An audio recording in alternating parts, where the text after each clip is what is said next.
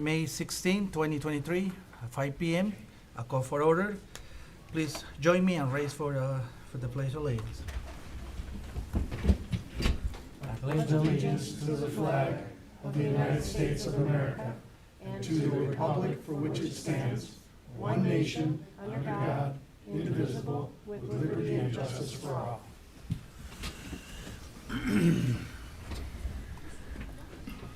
Okay, Madam Clerk, roll call. Supervisor Aliaga, Here. Clerk Newbeck here, Treasurer Brown, Here. Trustee Morocco, Here. Trustee Ritchie, Here. and Trustee Nalamothu and Trustee Stoyan are absent this evening. We have a quorum. Okay.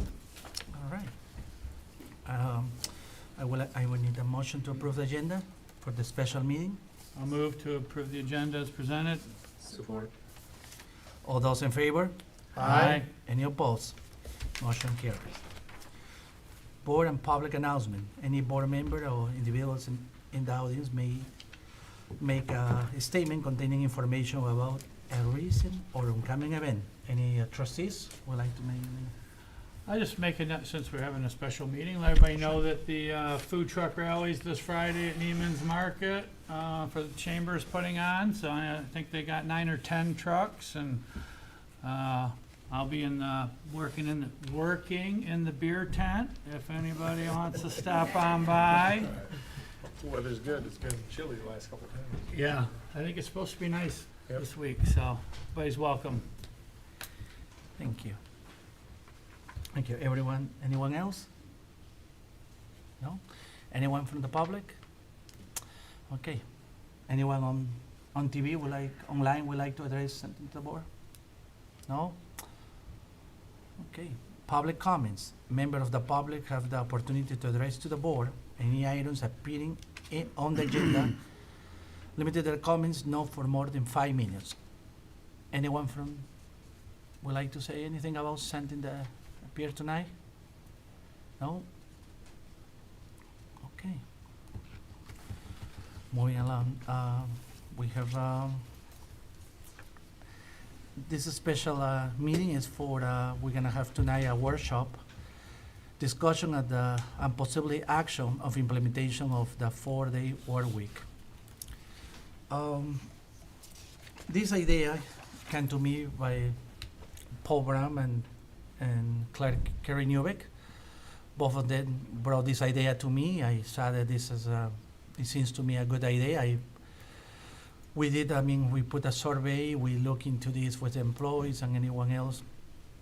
And this is nothing new. Actually, it's implemented in many other townships like Commerce, Oakland, Brandon, Lake Orion, no, Orion Township, Lake Orion.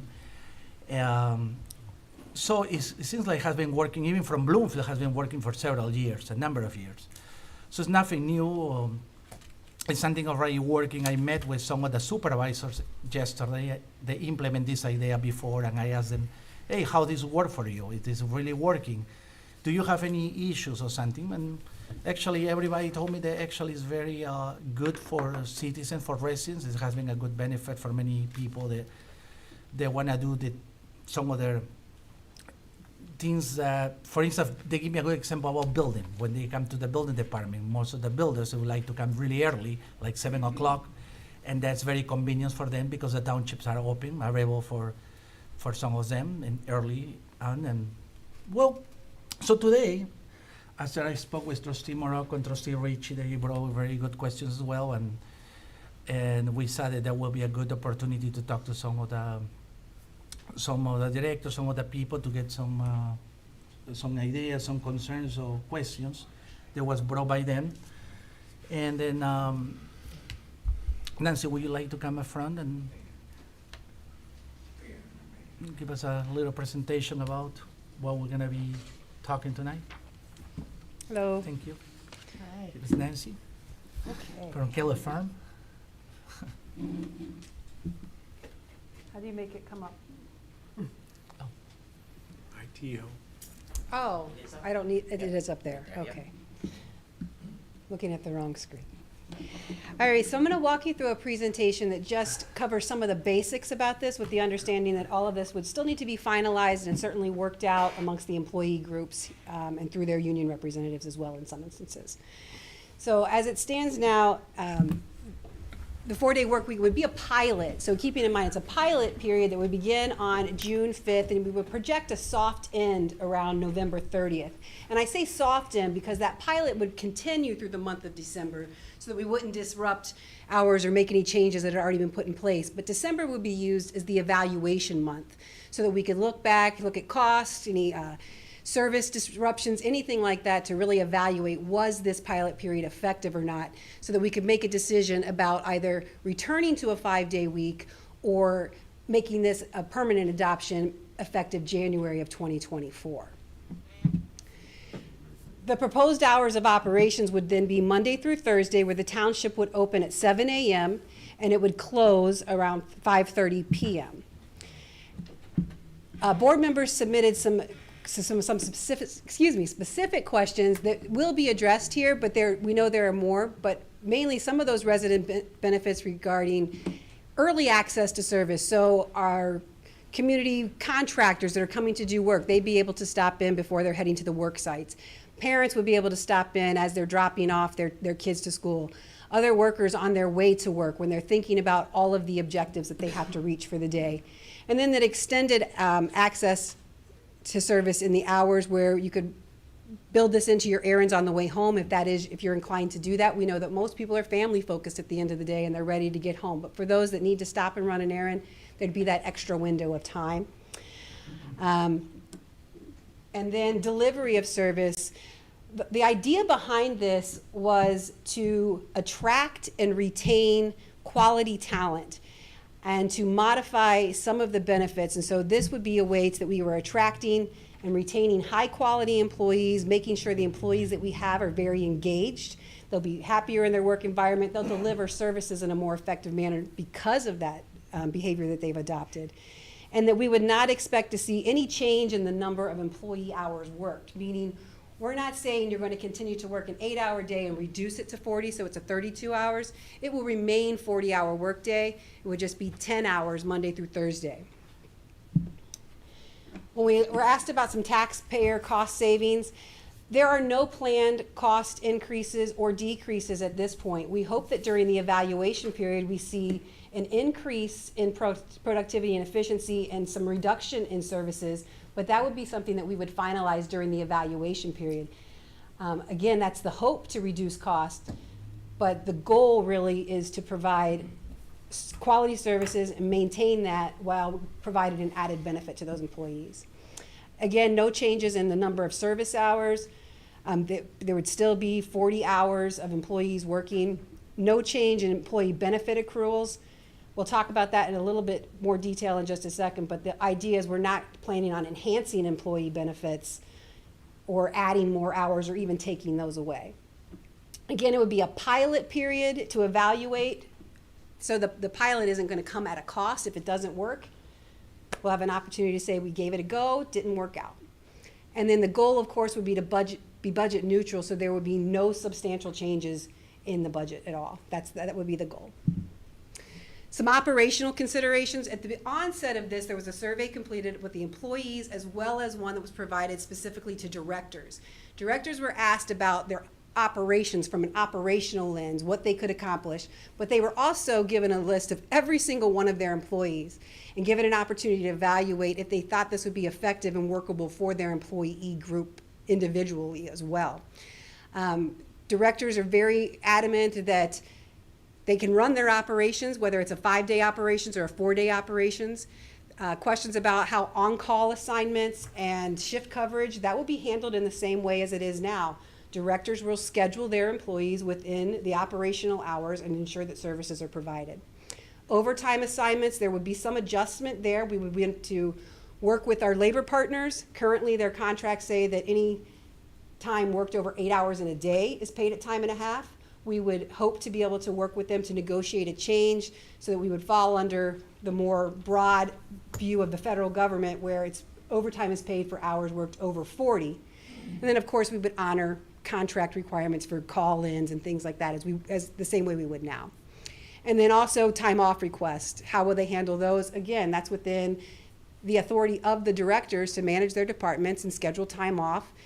deny it sometimes if they have to, approve it if they have to make sure that there is adequate coverage for service delivery. We were asked about department participation and who would be excluded.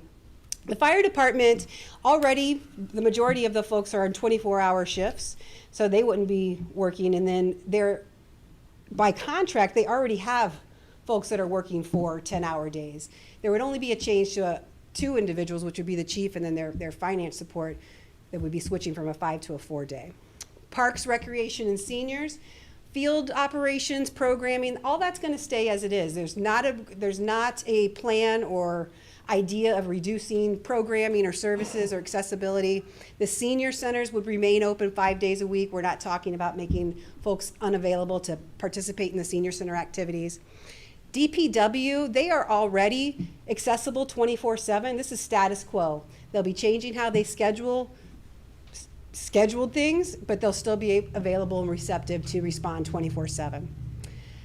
Buildings is already set up with a model like this where Monday through Thursday is certain work is performed, and they already have supplemental agreements for additional services that are needed. So there wouldn't be changes there. And again, it really comes down to, we have some really terrific directors that have participated in this process. They have the ability, and so they would just need the autonomy to manage their groups. Questions came up about what employees get, and so we wanted to just kind of give a little breakdown of how this looks. If we look in our contract, so I have up here for you the IWA contract, there's a column here for our non-represented staff, and then just as a comparative, we have our IAFF who are already on the 40 hours.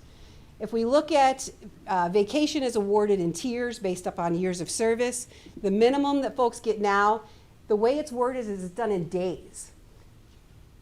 We would convert that to hours, so there would be no change, and we would use the standard current hours as it was negotiated to get to this number of days. So we would do number of days times 8. So I put it up here on the screen so you'll see there's no changes in days versus hours and if you look at what the total time off is, you'll see the minimum would be about 176 hours per year for your union and non-rep employees. They max out around 296 hours when you combine their PTO and vacation time. And if you compare that to our IAF folks that are 40-hour employees, they're totaling 136 to 430 hours now per their contract. So we're not looking to change, reduce, or increase any of those benefits by this 4-day plan. One of the other conversion questions came up related to holidays. And again, you see it on the bottom of the slide, just so you know, any of these are ideas. They have to be ironed out and worked with the union, but we need the go-ahead to do that. And so one of the ideas around the holiday conversion is if you look at the pilot period, there are a couple of days during the year when holidays fall on Fridays. So we want to minimize opportunities to have less than 4 days whenever we can. And so one of the ideas that we looked at was moving Veterans Day, day after Thanksgiving, where folks are already scheduled off, so we don't reduce their benefit, and we move those to a single week during the holiday Christmas week, and we would close down, sort of the way the automotive companies do, other companies that do shutdowns. Some very large governments in the local area do shutdowns over the holidays, so it would be something more along the lines of that. And then this is just another comparison about how those holiday hours would convert. Again, our contracts, they assign it in days. We would convert it to hours so that we would make sure that our employees still have the same benefit that they had negotiated. There were questions asked about other communities, and this is just a brief list of communities within this area that are restricted to governments. And you can see it's quite a long list that ranges from communities that have 76,000 employees down to smaller communities that are successfully managing 4-day work weeks. Their hours of operation are listed up there. There is one that's a little odd, Royal Oak. They do a half day on Friday, but otherwise everybody else is doing a full Monday through Thursday. And you'll see some of them are only open even till 4:30. Not a lot of them are open till 6. The average is 5 or 5:30. So what we would need to do to implement this is board action to have a 4-day work week test pilot period We would need to reach agreements with our employee groups, including our IWA. Our IAFF would have no substantial changes to their contract, but of course, we would want to honor any obligations we have just to get that taken care of. We would want to make sure we provide adequate notice so that employees can plan for childcare, changes in schedules amongst their other family, and then obviously notice to our residents. And we want to use every medium that we have, email, social media, posting, signage, whatever we can come up with, so that residents have notice and then they're aware of what's going on. We want to start June 5th, evaluate through the end of November, make a determination during the month of December, and then decide what would happen for 2024. So that is a brief overview of where we are now. If there are any questions that I can answer, I'm happy to try to do so. Members of the board, any questions for Nancy? I'll be Ron, over here Sam? if you need me. Sure, thank you, Nancy. Paul, you would like to, Treasurer Sure. Brown? Yep, I would love to jump in. As Jose indicated, something I started thinking about with this 4-day work week and discussing with the clerk quite a ways back. And I think it's important to have some background to understand why I went here. I spent 20 years in the private sector, leaving there as a chief operating officer, and I spent 9 out of my 8 hours thinking about how to improve processes. That's what I did all the time. And I said 9 out of 8 hours because you never worked 8 hours. It was always more. And when I first came to the township as treasurer in 2012, I figured I was going to come in, and a lot of people have this preconception of government that if you come from the private sector, they just got it easy, and that's an easy job. And I had that same problem when I first came in as treasurer. And what really the biggest surprise for me back then, and it remains so today, and I've shared this before, is that the township is like any other business. They've got a bit of a bell curve of employees, okay? You've got that big middle section with just good people who come in, they do their job every day, they work hard. You got over here on this side, you've got some superstars, other people aspire to be them. On the other side, you got people who are maybe a little below average.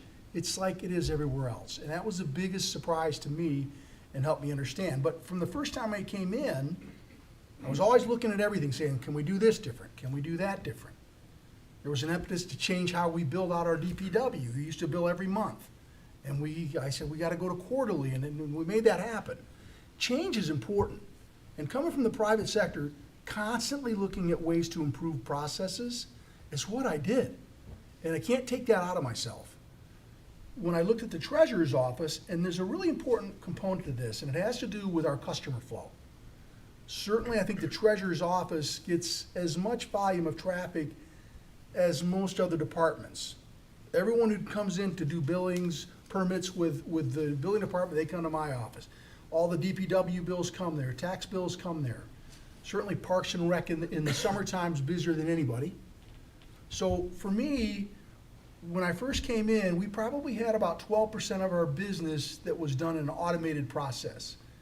And in fact, the first year or so, I remember during tax season, lines got so long, I actually invited some trustees to come in and because they were there, they were taking checks and we were stamping tax bills, and we made a commitment to change our processes, which is to have automatic payments. Automated payments, other options where we had a lockbox opened with the bank so checks would go straight to our bank and be processed, and people could sign up for paying via text message. We have that now. I get a notification, I can click the button on my phone and pay my taxes. Our goal had been to get over 50%. We figured we could save 20 grand a year just in postage costs if we had people sign up for automatic bills and we didn't have to mail them out. Well, we've gone way past that. And in our estimation, we're at somewhere above 70% people whose bills are paid in some other method than walking into the building. Now, what that means for the treasurer's office is we spend most of our time downloading transactions from websites, either the bank, our credit card processor, or Invoice Cloud, and taking that data, verifying it, and importing it into our system. I can't remember seeing more than 5 people in line in the 6 months I've been back, which was unheard of. Before, in tax season, I'd have them 10 to 15 deep. And that's just changed. People are doing things differently. And so for me, providing service for us changed. And we can provide that service in a different way. And so as I started talking about the changes out there in the workforces and us having open positions, including union position, that went unfilled for a couple of months, things have changed. And there's a generation coming up, they're looking for better work-life balance. And so I know there were a lot of questions from people that said, you know, what good is this for the residents? I'm gonna say right now, the idea of this started out as a way to support employees. I'm not afraid to say it. We have great employees, and if we want the best employees to stay and have other people that wanna come here and work, we have to have benefits that attract those people.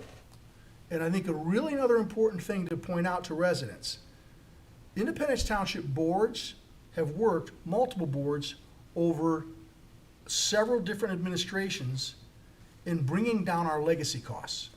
And the unions have worked with us. And as of last year, no new employees at this township get lifetime benefits. They're gone. Now, that's a good thing for the taxpayers, because legacy benefits are gonna ruin a lot of communities.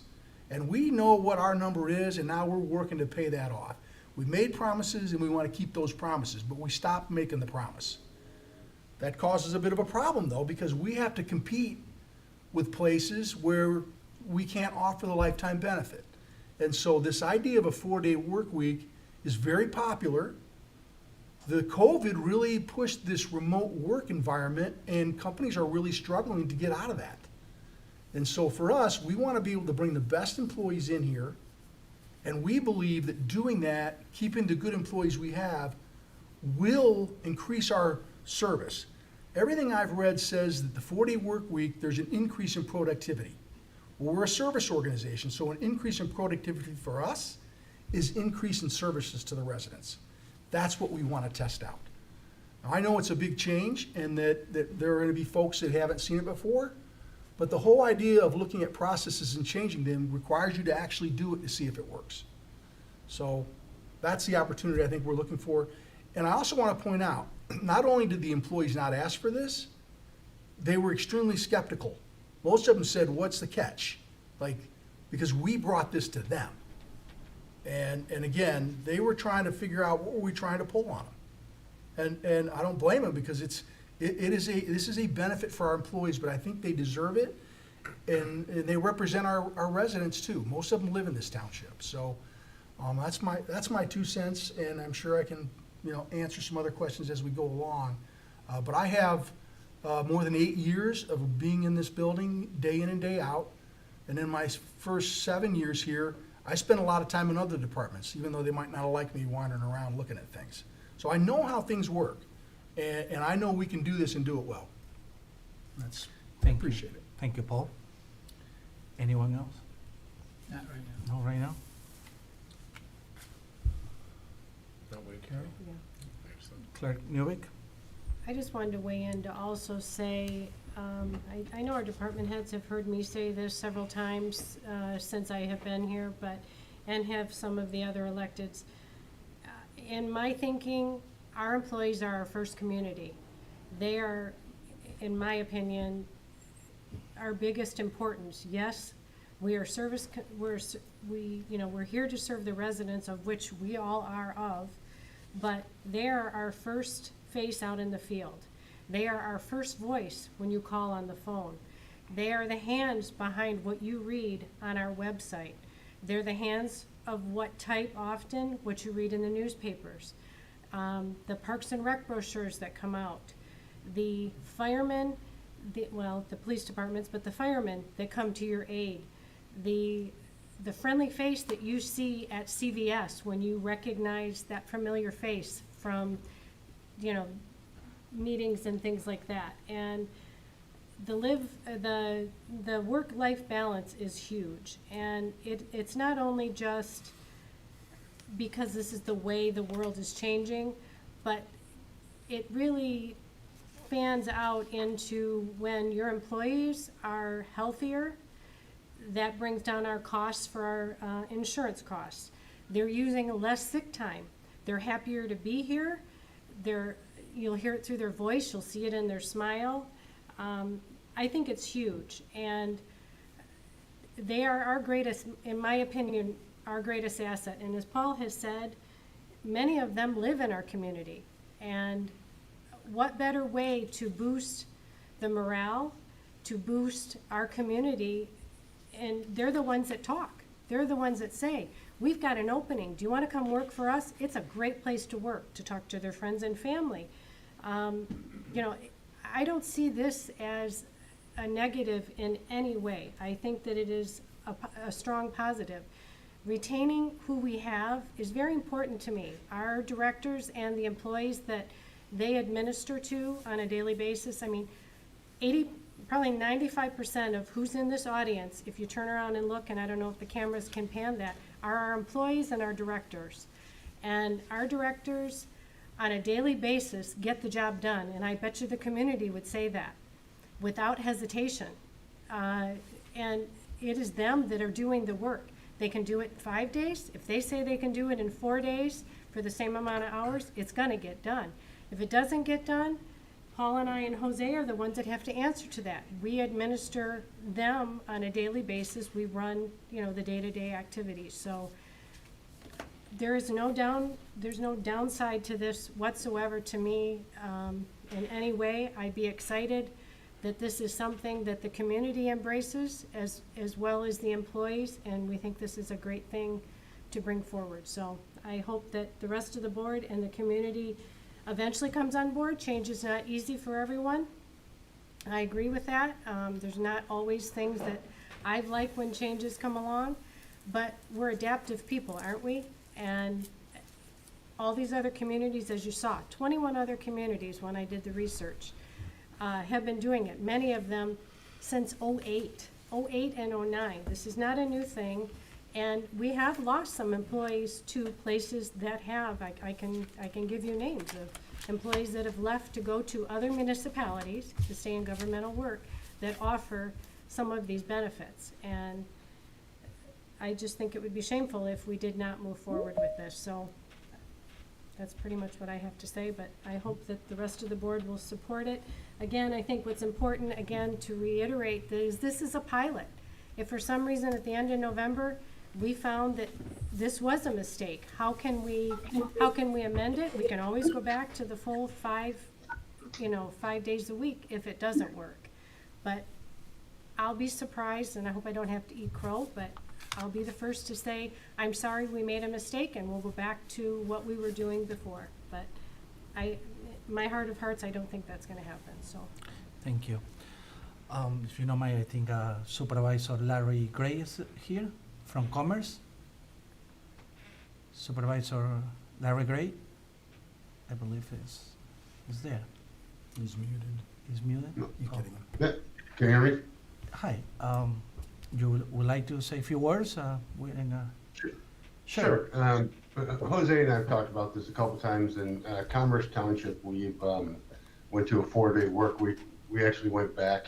We did this back in 2010, I believe it was, before I was elected. But I can say this, that with the 4-day work week, you're open longer than normal business hours, which would be 8 to 5 typically. So you're actually able to work with the contractors that come in early. We get quite a bit of folks that come in right when we open up at 7:15 in the morning. So because they're out getting their days going, they get the permits, to get rolling. You have to have the treasurer's department in here to collect the bills from the permits. So it benefits those folks. It also benefits our residents who are traveling in to go to work. They're able to get here before they have to be at work at 8 o'clock or 8:30 in the morning, as well as in the evening. We're here till 5:30 at night. So residents are coming home at 5:30. They're able to stop at the Township Hall, do the same sort of thing if they need to go to the assessing department because they just purchased a house, or if they're here to pull permits or pay bills or get their dog license nowadays. We're open up above, longer than just what a normal business hour is. I'll say that our employees love the 410s. I can say since I've been here, we haven't had any office personnel. Well, I'm sorry, we have one office personnel retire. But other than that, the longevity of our employees here absolutely love the 4-day work week. Thank you. And one of the other things, Jose, just as well too, is, and nobody has looked this up to see if it was actually came to fruition or not, but one of the theories was by being open for the 4 days versus 5 days, ultimately you're going to save money on your electric and your heating and cooling bills, because that extra day that you have to heat your building up and cool it down in those extra hours of running electricity also, ends up costing the township more. So yeah, we enjoy it here. I hope you folks give it a try. I'm sure some residents will maybe not agree with you on it, but it is something that works well for the township and our residents here. Okay. Thank you, Supervisor. Great. Thank you. Yep. Appreciate that. Thanks. Okay. Any other questions from board members? You can have Yeah, I'm waiting for you. You guys okay? I don't know, what's, you have us any- to ask questions, you're gonna open up to the public, or you're gonna have any directors speak, I don't know. I don't know how you wanna do the meeting. Well, I mean, about the presentation of Nancy, you have any questions about that? I Okay, will yeah, open all it. right, well, okay, I'll go with some Sure. questions. Sure. No problem. So, I'm not gonna pretend to know how everybody's department works, because I don't work at the township. My business doesn't, we can't operate on 4 days a week, but I'm not saying that they can't, so I'm not gonna speak for them. They're speaking for themselves, My immediate concern was to the benefit of the residents, so how is this benefiting them? Everyone knows I've been advocating for us to be open till 6. It seems like that's not what the consensus is, and I'm open to, open to the concept. I think that I'm kind of torn between the two. I think the building department opening at 7 is a huge benefit to builders. I think the counters opening later is a better benefit to residents who commute and may not be able to get here by 5:30. So that, I'm a little torn on the times, if it, I wouldn't be in favor at all of closing before 5:30. I wouldn't even talk about it. There's gotta be a benefit, I think there is. You're mentioning, different ones for your departments that you're familiar with, so I respect you for your analysis on that. Some of my, anytime you do a pilot program of anything, somebody needs to be in charge of doing the analysis of it. So I'd like to know who's going to, first of all, who's going to be the point of contact for residents, whether they're for it or against it, and can take a ledger of those emails or phone calls and report back to us at the end of the findings. If we're getting a lot of positive, I'd like to know how many people are coming in between 5 and 5:30. If we decide to go to 5:30, so I can see that there's actually a benefit to that people are taking advantage of it, or if nobody's making it in time, is there a reason, that they can't? And I would assume, as of now, if you make it inside the door before the door's locked, you're gonna be able to conduct your business until you're done conducting your business. I would assume that's how we service our residents currently. I don't do a lot of business at the township myself personally on my personal basis, so I don't, I'm not familiar, I don't go to the counter very often, so. But I would like to have some of that evaluation done, of who's paying attention to it. And then, is this all contingent on the union agreeing with it? And when would we know that they're on board with it for those employees? Okay. So Let's see I that. think before we made a move, we'd need to know that. Okay. So the short answer to that is yes. Obviously, these, there are union contracts in place that dictate work hours, work schedules, things like that. So those would have to reach an agreement with the union, so this would be contingent. Otherwise, our union folks wouldn't be able to participate. So yes, it is contingent. And if they decide that they don't want to do it, then that's a, If we were not able to reach some type of an agreement, then I guess we would have to reconsider, or reevaluate and see if we can move forward or not. Okay. But as it stands, from right now, the plan is to negotiate something that works for all the parties and to make sure that everybody's on board. and if we did negotiate, who would be negotiating on behalf of the township? Say the union wanted something more than we are currently giving them, other than the switch to 4 days. How does that work? So that we would leave that for the supervisor to determine who would be on that negotiation team, whether it would be the standard team where you include the attorneys and the officers or department heads, that it would be up to the supervisor to determine that team. And have we gotten any tentative feedback from them, just non-officially? We've had. Mostly the feedback has been very positive. I had a very brief conversation with their attorney, and then an even briefer conversation with one of their representatives. And there are definitely items to be worked out and negotiated. There is no blanket, hey, we like everything you've shown us. They do want to have some conversation. But there has been definite receptiveness to the concept. Okay, as far as, let's see. So the vacation's being done now by the hour instead of the day, so you don't get so many vacation days. And I unfortunately haven't worked for people that I got paid days off for, so I don't understand how all the vacation stuff works, but You if, don't pay yourself for the day off commandments, man. yeah, I wish. So if, say you're taking a. You don't get vacation days? You should talk to your boss. Yeah, yeah, I don't wanna tell you about what kind of guy that is. So so my guess, I'm just not clear. So say you're taking a week-long vacation, right? Okay. And so is that, you get 4 days off? 40 hours. 40 hours. That's the idea between converting, as the language is written now, it says you get 10 days off per year. Right. We would want to So work is that now about gonna be converting like it to be, 7? it'd be It's 80 80 hours per year instead. So if I'm taking a full day off, I need to use 10 hours. If I'm taking a day and a half, I'm gonna use, 15 hours. But there would be So no what I'm saying change. is, if you're taking off, if you get right now currently a week's vacation, which to me would be 5 days, you're only getting 4 days off. Yeah, but we're already closed for one of the days, so it's still 5 Doesn't mean, days. that's if they're taking Friday off. I'm not talking about that, I'm talking about, say they were, is there any, I guess it's the same, right? It's Would the it be same. if they were There's taking no change. off, it's the same, it's 4 days. being It's converted the to same. You're taking hours. 40 hours over 4 days versus 40 hours over 5 days.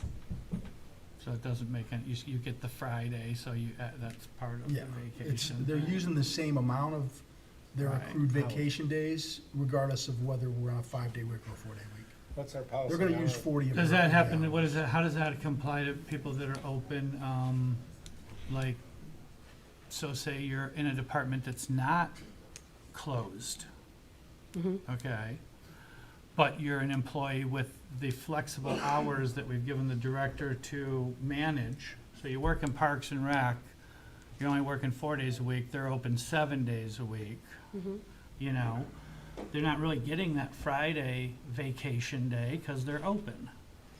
They They're would- just getting 4 days off because their Yes. vacation's 4 days, so It would be the same as it is now. They're taking the same number of hours off per year. still ends The up number being of the days same. and Either way you hours. do it, It's the okay. same either way. That's why Yeah. I If we look apologize, at- I don't No, no, no. understand the whole, No, how that all works, so I While just, you're on vacation, can I ask one question about vacation while you're there? Yeah. Do we allow what's our policy now? Do we allow like half days or what kind of increments do we allow to take it in? Typically, the increments allowable are 1 hour increments at this point. If you wanted to take time off, Vacations of day or a half, 4 hours or 8 hours. It's either half a day or a whole day. PTO hours you can take by the hour. Okay. Well, that's what I was getting at. so it's gonna be 5 and 10 now? Well, that's what I'm getting at. We Are would we gonna discuss try and that. make that be the same, just, talk about it Probably. in hours instead of be We- like either, Yeah, we talk about that, I don't see that being a problem. Well, Okay. what about your float day? You get 8 hours for that, so if you take a float day, you've gotta take 2 hours out of your PTO to make up that difference. So. And the same with your birthday holiday, you take I- 8 hours. and so all of these details are ones that you would These are the details negotiate. we have to work out. I don't think we want to get into contract negotiations at a public Right. meeting, but No, but those are just things that I'm glad they're bringing up too, because since I don't understand it, I figured there's gotta be some kind of methodology. some kind of dialing in on it to get that to all work, So Yeah, I that's think why to was put it asking. as simple as possible, the hours that folks have negotiated off or within their benefits, they're based on folks that are working a standard 2080 hours in a year, right? That's a standard work year, is 2,080 hours. And that's what they've negotiated their time off based on. They're expecting to work 2080 hours a year. How much time am I gonna get off out of that? There would be no change. It would just be shifting where it falls. Now, we can have, since some departments aren't affected, some departments are 7 days, can we have, I think that the building department could be more beneficial to the residents running an earlier shift than the counter people, you know? So Well, can, that won't work because the builders that are coming in and pulling permits have to come to my counter to pay for them. Because the building department doesn't collect money. So if they're open at 7, I have to be open at 7. Because when they go down and pull their permit, the first thing they do, they fill out the application, they come to my counter, pay for it, they go back over there and get the permit. okay, so that doesn't, No, well, we're gonna be open at the same time. yeah, but that means that they're not gonna wanna be, if you're gonna be here till 5:30, they're not gonna wanna come in at 7 is my concern. Ooh. Are you planning on 7 to 5:30? Is that what? Well, I think that's 100%, what was yeah. presented, right? Okay, 7 I to think, 5:30? no one's really Yes. gave us the So- concrete hours of operation. Yeah. Is that what we're going, 7 to 7 to 5:30 for everybody? Yes, For everybody, yeah. Yeah. Okay, we're full power. okay. Real quick, I'll answer your first question for you. And that was about gathering data. Because I've already started looking at the data relative to trying to capture the foot traffic, which is really who's coming in and out of the building. And so much of it now is done online. Even building permits can be pulled online now. So we will absolutely be capturing the data, not just from 5 to 5:30, but from 7 to 8. And we really want to see what the impact is. And that's pretty easy to gauge because a lot of that traffic is coming to my counter and I have the detailed records of us doing the transactions and putting them in. So that is something we'll report back to the board. Okay. Just, And again, if we saw a really big increase of people being here between 5 and 5:30 and trying to get in the door at 5:35, well, maybe we need to stay open till 6, but well, let- if you're we wanna see staying that here data. till 6 to service the people that are just making it by 5:30, then you would want to adjust your hours for that too. That's true, You know, but if even that now, was the case, not the that I see average that. transaction just takes a couple minutes. Right. So most people are here and done before that. So- I do know that in the past, we've lost some employees because of their townships have a higher pay scale and are more competitive, and that we're not on the high end of pay, so I do see a benefit in other things besides monetary, so, this could be, you know, I think as a way of retaining employees or gaining employees, since we're not paying at the high rate of municipals, you know, that gives us a little bit of a little bit more of an advantage to try to solicit, people, so I do see a benefit in that. I guess, during this research, I'd like to know, just so we know, because people are promoting some savings in utilities and stuff, if that's true. I can't imagine that we're saving any money in gas and trucks and wear and tear if we're actually still working the same amount of hours. It doesn't mean that, you know, that I would like to think that we're actually still working, which means Yep. you're still driving, you're You're still right about using gas, that's really not an accurate thing to say They were talking there. about gas, they were talking about utility No, gas. I know, and that's why I said, I'm just making a difference, because people have told me that, well, Oh, you know, you'll sure. save and all these I other think things, and I said, that's- well, I wouldn't think so if we're actually performing the same amount of work hours, You're gonna be on but the site, But we're we gonna be on that site for 2 hours long. that Yeah. makes, Hold on. that's a good point, Okay. very guys. good point there. Site working. And I can see from the construction point of view, Tony, too, that's a very good point, Yeah. that, just with our working, the breakdown and setup, especially from DPW and other things, you could be an hour or two away from being done, and you gotta spend that hour breaking down and then setting back up in the morning to do that last hour's worth of work, and there is a value in that, you know, for sure, so, those are just some of my initial, things I wanted to go over, so, thank you. Yeah, no, thank you. And you see, the Commerce Supervisor Larry Gray stated that it was a cost saving in energy. Actually, he mentioned that. Yeah, Before, at the yeah. township We- hall. The and township stuff. hall, We yeah. talked about it today, which is, we're gonna go start tracking if we do this, we're gonna track our energy utilization, so how many kilowatts are we using, and how much gas are we using? We get those bills every month, and we're just gonna populate that. In fact, we can export it right out of Kashua's website. So we'll be able to report that Right. to the board as well. Yeah. Okay, some of my comments hinge on, like the recording some kind of benefit between now and November, or at the end of the year. me, we should start outlining what we think those are now, and that should be part of the deliverable that we're looking at tonight. And we haven't heard one of those items other than maybe the one you just, talked about, the traffic coming to your counter. That, you know, that's why, I guess, that's why I thought we should have a workshop to talk about, how these things are handled. And to me, everything that a person comes to our counter for, at any of our counters, in any of the departments, if somebody comes to the counter, how are we gonna handle that, so they can do that same thing on a Friday? And I guess that's what I'm saying, it's like, there should be a way for them to, whatever they're coming in to do. And I granted, there's some things you have to come in and do, cause you actually have to have a piece of paper stamped or whatever, so those are what the extended hours help cover.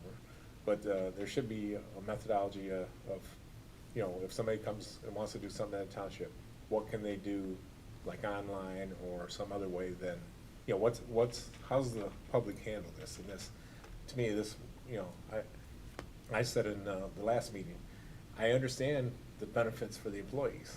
I don't have any problem with it. I think it's would be a great feature for the employees. I don't see where it's any feature or a plus for the township residents. And that's what I wanna understand, and that's before and I guess to me, that's why I wanted to get out of the workshop, is like, how do we handle when somebody comes to the counter and they wanna come and do their business on Friday? What things can they do online or whatever, and here's the things that you have to come in person for. And so then you schedule those on the extended hours from Monday through Thursday. So I think, if I can jump in, Supervisor? Yes. So, you make me think of an idea, which is having something that is sort of a kiosk outside the doors that allows someone to take a document, for example, that shows instructions for, here's how you can jump online and pay your bill, here's how you can log in and pay your taxes or set up automatic payment.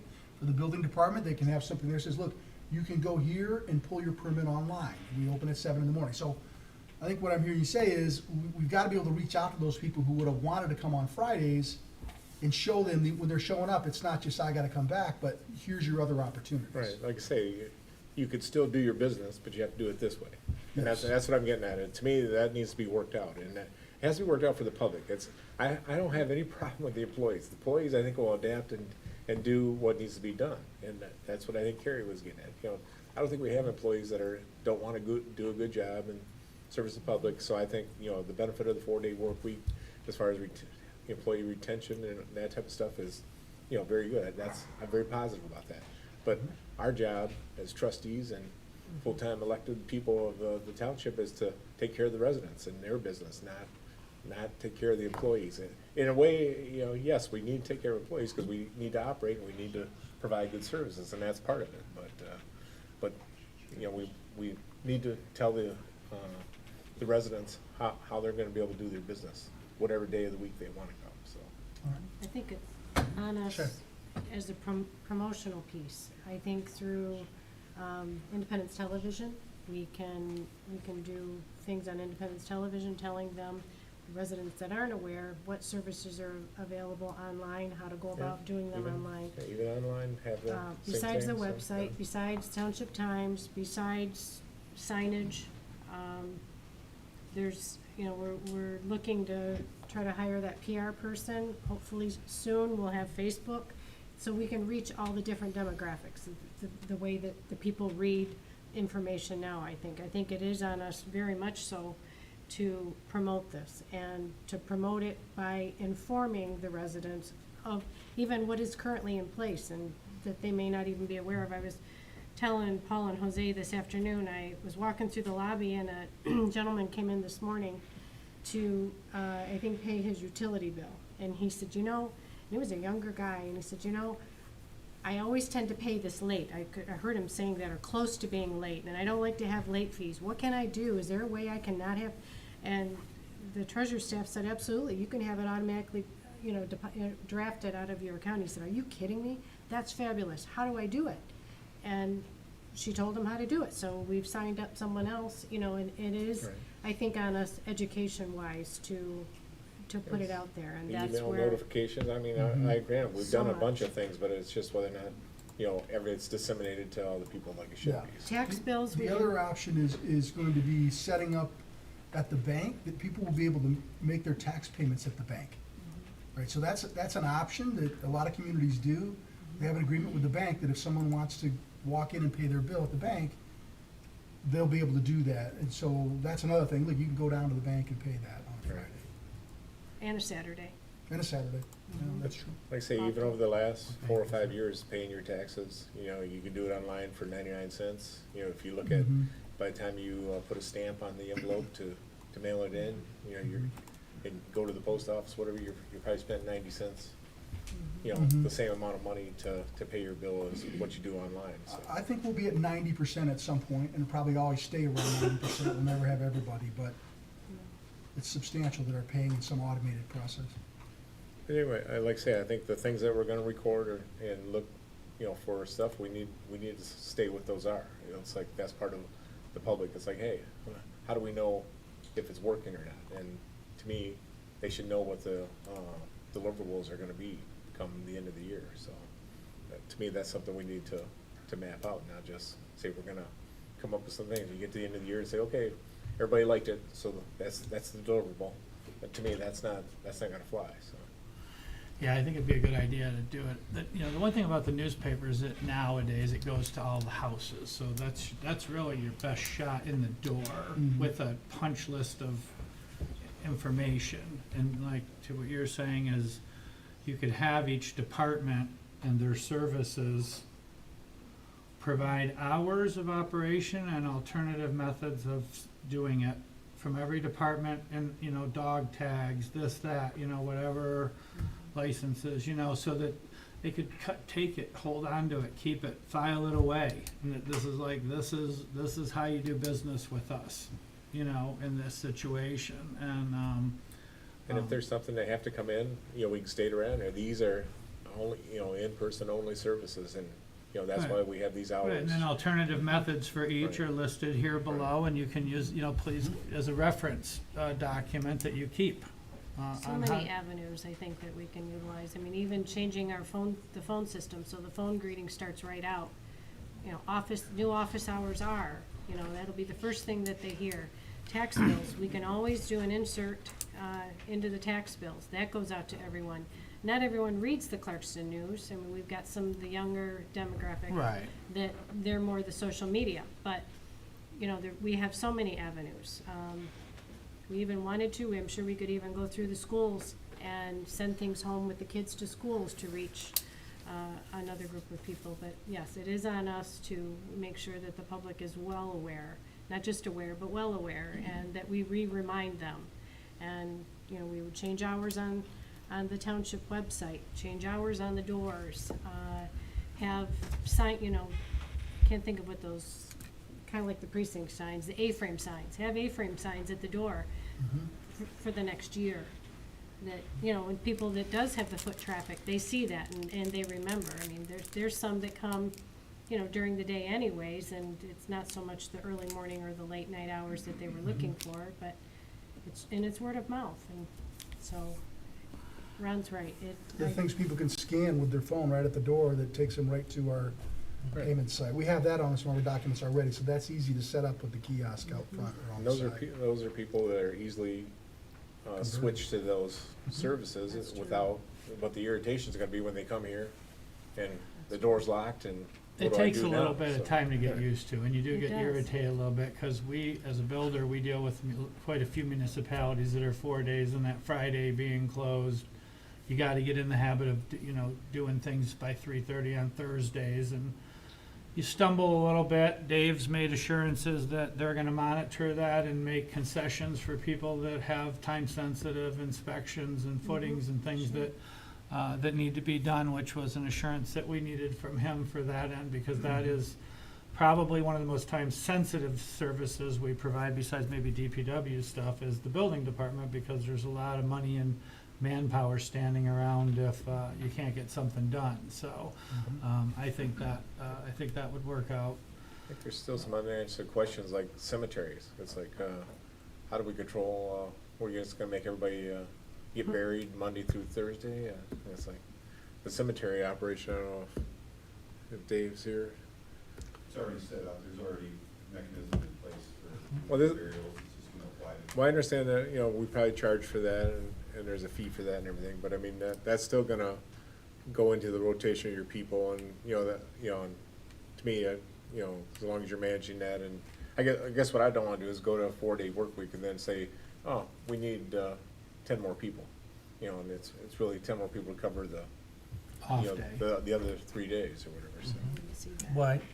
I didn't hear that from supervisors. They already implement this for many years. I mean, I asked those questions to different supervisors, different towns, and they told me something like Well, that. I'll just tell you, that's the difference between you and me, Jose. I have gray hair, and you don't have any gray hair. Because Yeah. I've been around, and I've I had know, people I tell know. me many times, oh, no problem, no problem. And just like Gary said, Sure. oh, whoops, made a mistake on that, so. Sure, that's why I say this before. Each township have different realities. That's why this is a pilot, just to see how that works Right. for 6 months. If But it there's- doesn't work, we're just going back. That's why there's no implemented, and they said, no, we just wanna try for 6 months and see what happens. But of course, I mean, it's, hopefully, I mean, for what I see, I ask questions. I spend a lot of time with Paul and Kerry looking into this, asking to people that knows what they're talking about. I didn't ask anyone out of the street. I talk people that actually work with this system for many years. I see research even for the University of Cambridge that says it works. I mean, I Google it, I look at it. I spend a lot of time with the firm to see how this is gonna work. But that's why, I mean, you have good questions. I mean, that's why you guys are here asking questions, and I appreciate it. Yes, Paul. One thing I didn't, maybe we touched on a little bit, Mhm. because I did a lot of research online, looking at the different programs that have been, experiments that have happened relative to this. They just had a big one that ended in December with 90 companies, 3,000 employees. Universally, it looks like they say that PTO, and just so folks that don't know what PTO, it's sick time. We just changed the name of it, right? A long time ago. Most people call it personal time off because, you know, it's really, it's life happening, right? It's not, you're not necessarily sick, maybe your kid's sick, but that's what PTO is. It's sick time, okay? So generally speaking, people use less sick time. They don't use as much PTO. Now, we have different things in our contract that lets them carry some PTO forward, but it is capped. And so because they have a Friday to handle their personal business or doctor's appointments, they just, I think we have more people here for the 40 hours. That would be my expectation, that we find that at the end of this, is that our actual coverage increases for the 4 days we're here. We have more staffing and less coverage of people that aren't there. So, but we'll see. Well, that's, to me, that'd be one of the items that you're tracking, so. Yep, And for sure. that's what I'm Easy to getting track. at, those deliverables and things we're gonna track, to me, we need to have that list. That list needs to be visible someplace, so we'll come into the year, it's like, hey, these are the things we said we were gonna track, and here's our outcome for those things, so. Yeah. And that, Well, I wouldn't I wait, really heard- we could report, we could start reporting it before then, you know, as part of our reports and our Yeah. agendas. well, I mean, and then, obviously, you know, to make the decision, it's really comparing it to previous data. Yes. And some of it we might not have as good a data, but at least we can speculate on that, so. Yep. How are we gonna get the word out? And you guys have got a pretty aggressive schedule to start this pilot, so Mhm. that doesn't give us a whole lot of time to get the word out. Do we already have something in place to all the things ready to go, or are you just gonna quickly put it together, or what was the plan on that? Well, the plan is that is we can start, I mean, put it in the cluster news right away, social media, and you know, we have to use Facebook. We use everything I have in social media, TikTok or Twitter. I mean, everywhere. So I want to make sure people knows about it. What's But I put a the, sign there at the doors. I mean, we what's would the, do right, so they're everything gonna it get some, takes. start Yeah. getting this into print right away. I Yeah. assume somebody's on it. Whose Yeah. department's in charge of that? My department. I mean, my Okay. department's gonna go right away and do Okay, that. and then, And- what's the process of approving this? Is it just administratively through the supervisor's office, Approving. approving a 4-day work week? Well, I think, I mean, I would ask, yeah. obviously, we're here tonight to Yeah. ask for the board's support. There's a motion in here for it, so. Mhm. Dan, could you Sure. enlighten me on Are you, is the intent to approve this tonight, and if so, what does it take to do that, or is this? The packet does have a motion to approve it tonight. It would basically transfer the authority to the supervisor, who otherwise has personnel authority, to negotiate an acceptable LOU with the unions along the lines that we summarized tonight, and then implement some of these changes on the date that we've proposed, or the administration has proposed, June 5th. So it's debatable whether it requires board action. I think it's been agreed that we would bring it to the board and ask for board action. So you're looking at a little over 2 weeks to get this going. What is the anticipated time to get all the employee representation on board with this before you can start putting up signs and things so that we know, you know? So as Nancy indicated, I also had a conversation with Mr. Andary, who's the attorney for the IWA. He did not obviously agree, but said that he thought that there was overwhelming support for it amongst the employees, although that there were a couple of employees that may not like it.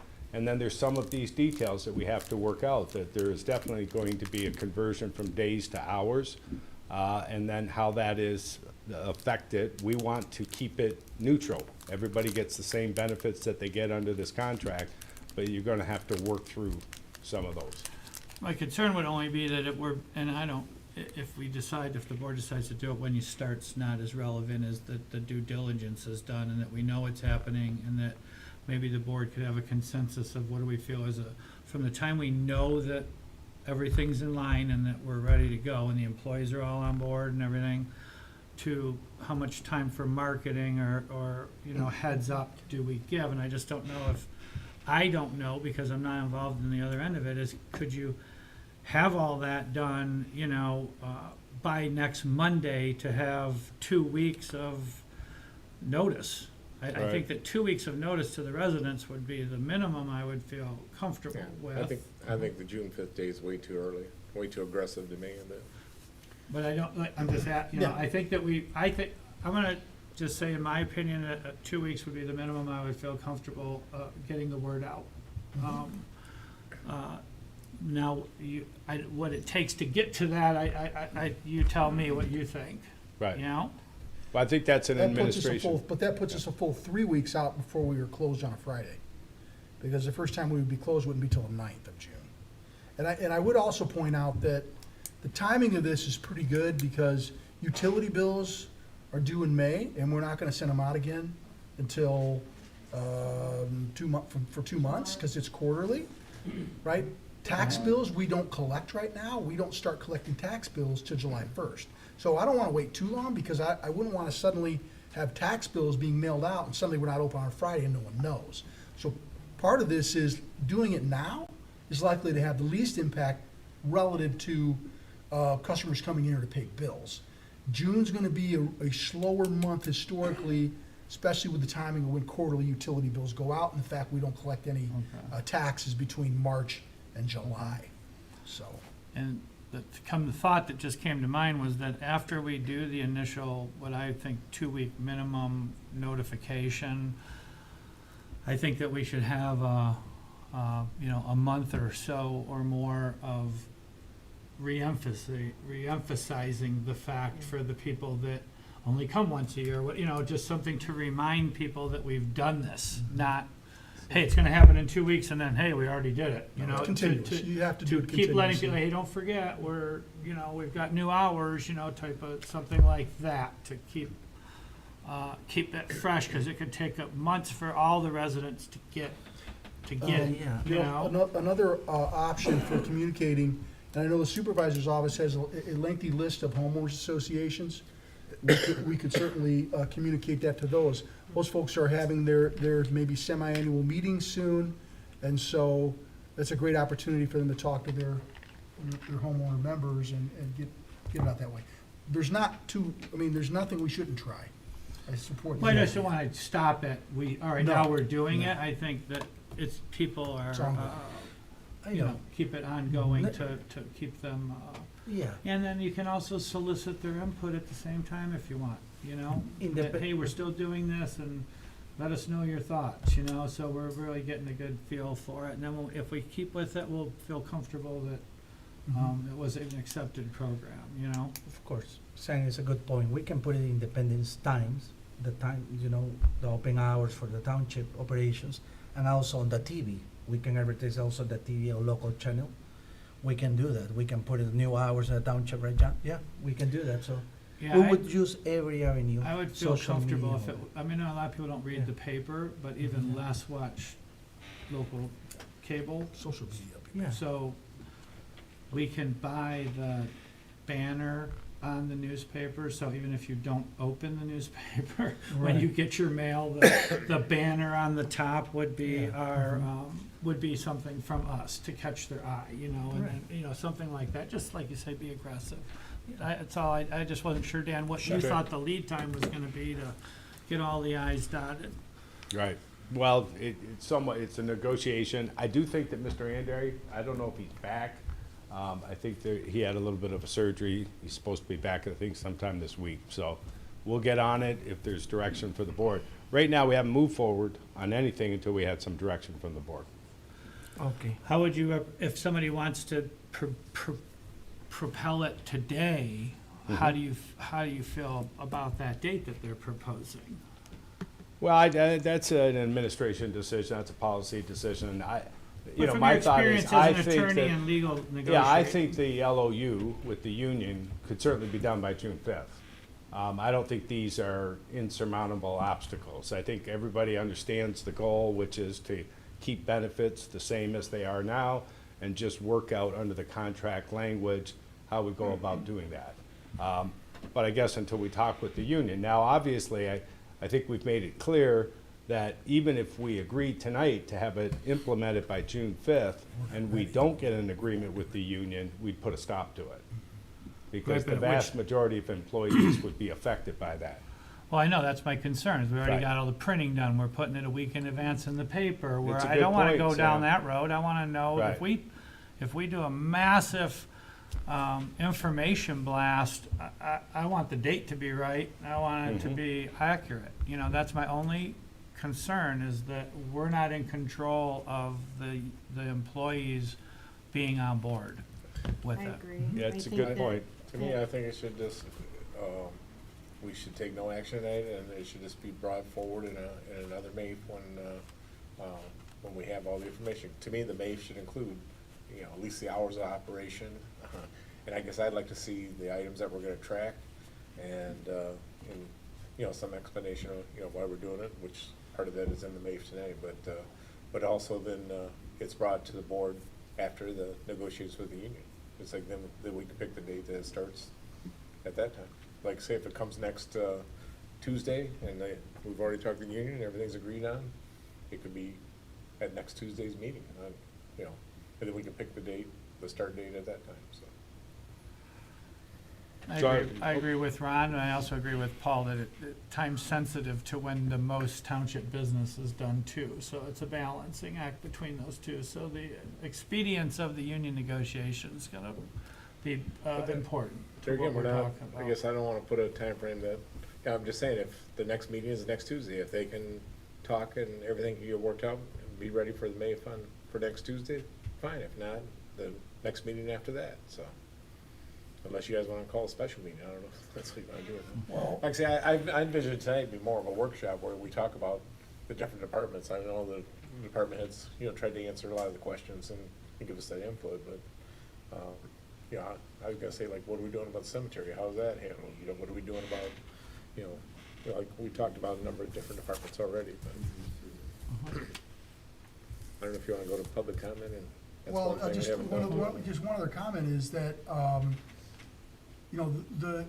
if the board thinks this is a good idea, and this is really delaying the full-time administrators from aggressively moving forward to try and put this in place, if we can't achieve the agreement with the union, we're not gonna do it on the 5th.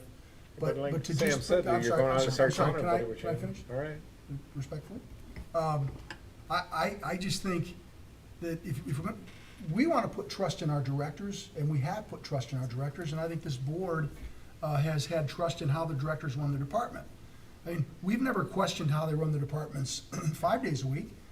And so I don't think we should be questioning how they're gonna run the departments in 4 days a week if the three of us who are here, day in and day out, understand how they do it, and, there's a level of trust that they have from us.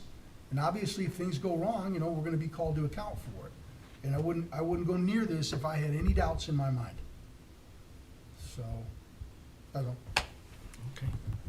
I was gonna say that, to me, you're still, putting pressure or adding pressure to, things like union negotiations. It's like, I'm sure if the union wants it to happen, then they'll be expedient on getting, their part of that done. But to me, why we would approve something and have half of it still be undecided as far as timing goes, why we would do that. So, to me, we should give the union time, then either put it on the next scheduled meeting, or if we think it's important enough to have a special meeting, we can decide to do that. So, but to me, the MAVE should be outlined with, the union has agreed, and all those different things. To me, all that should be in the MAVE, not, we have a MAVE, like, yeah, let's go do this, but we got a bunch of stuff that's open, we gotta go fix. I just think it's a poor step right now. Okay. Anyone else? I'm on the fence. You're in the fence. Okay.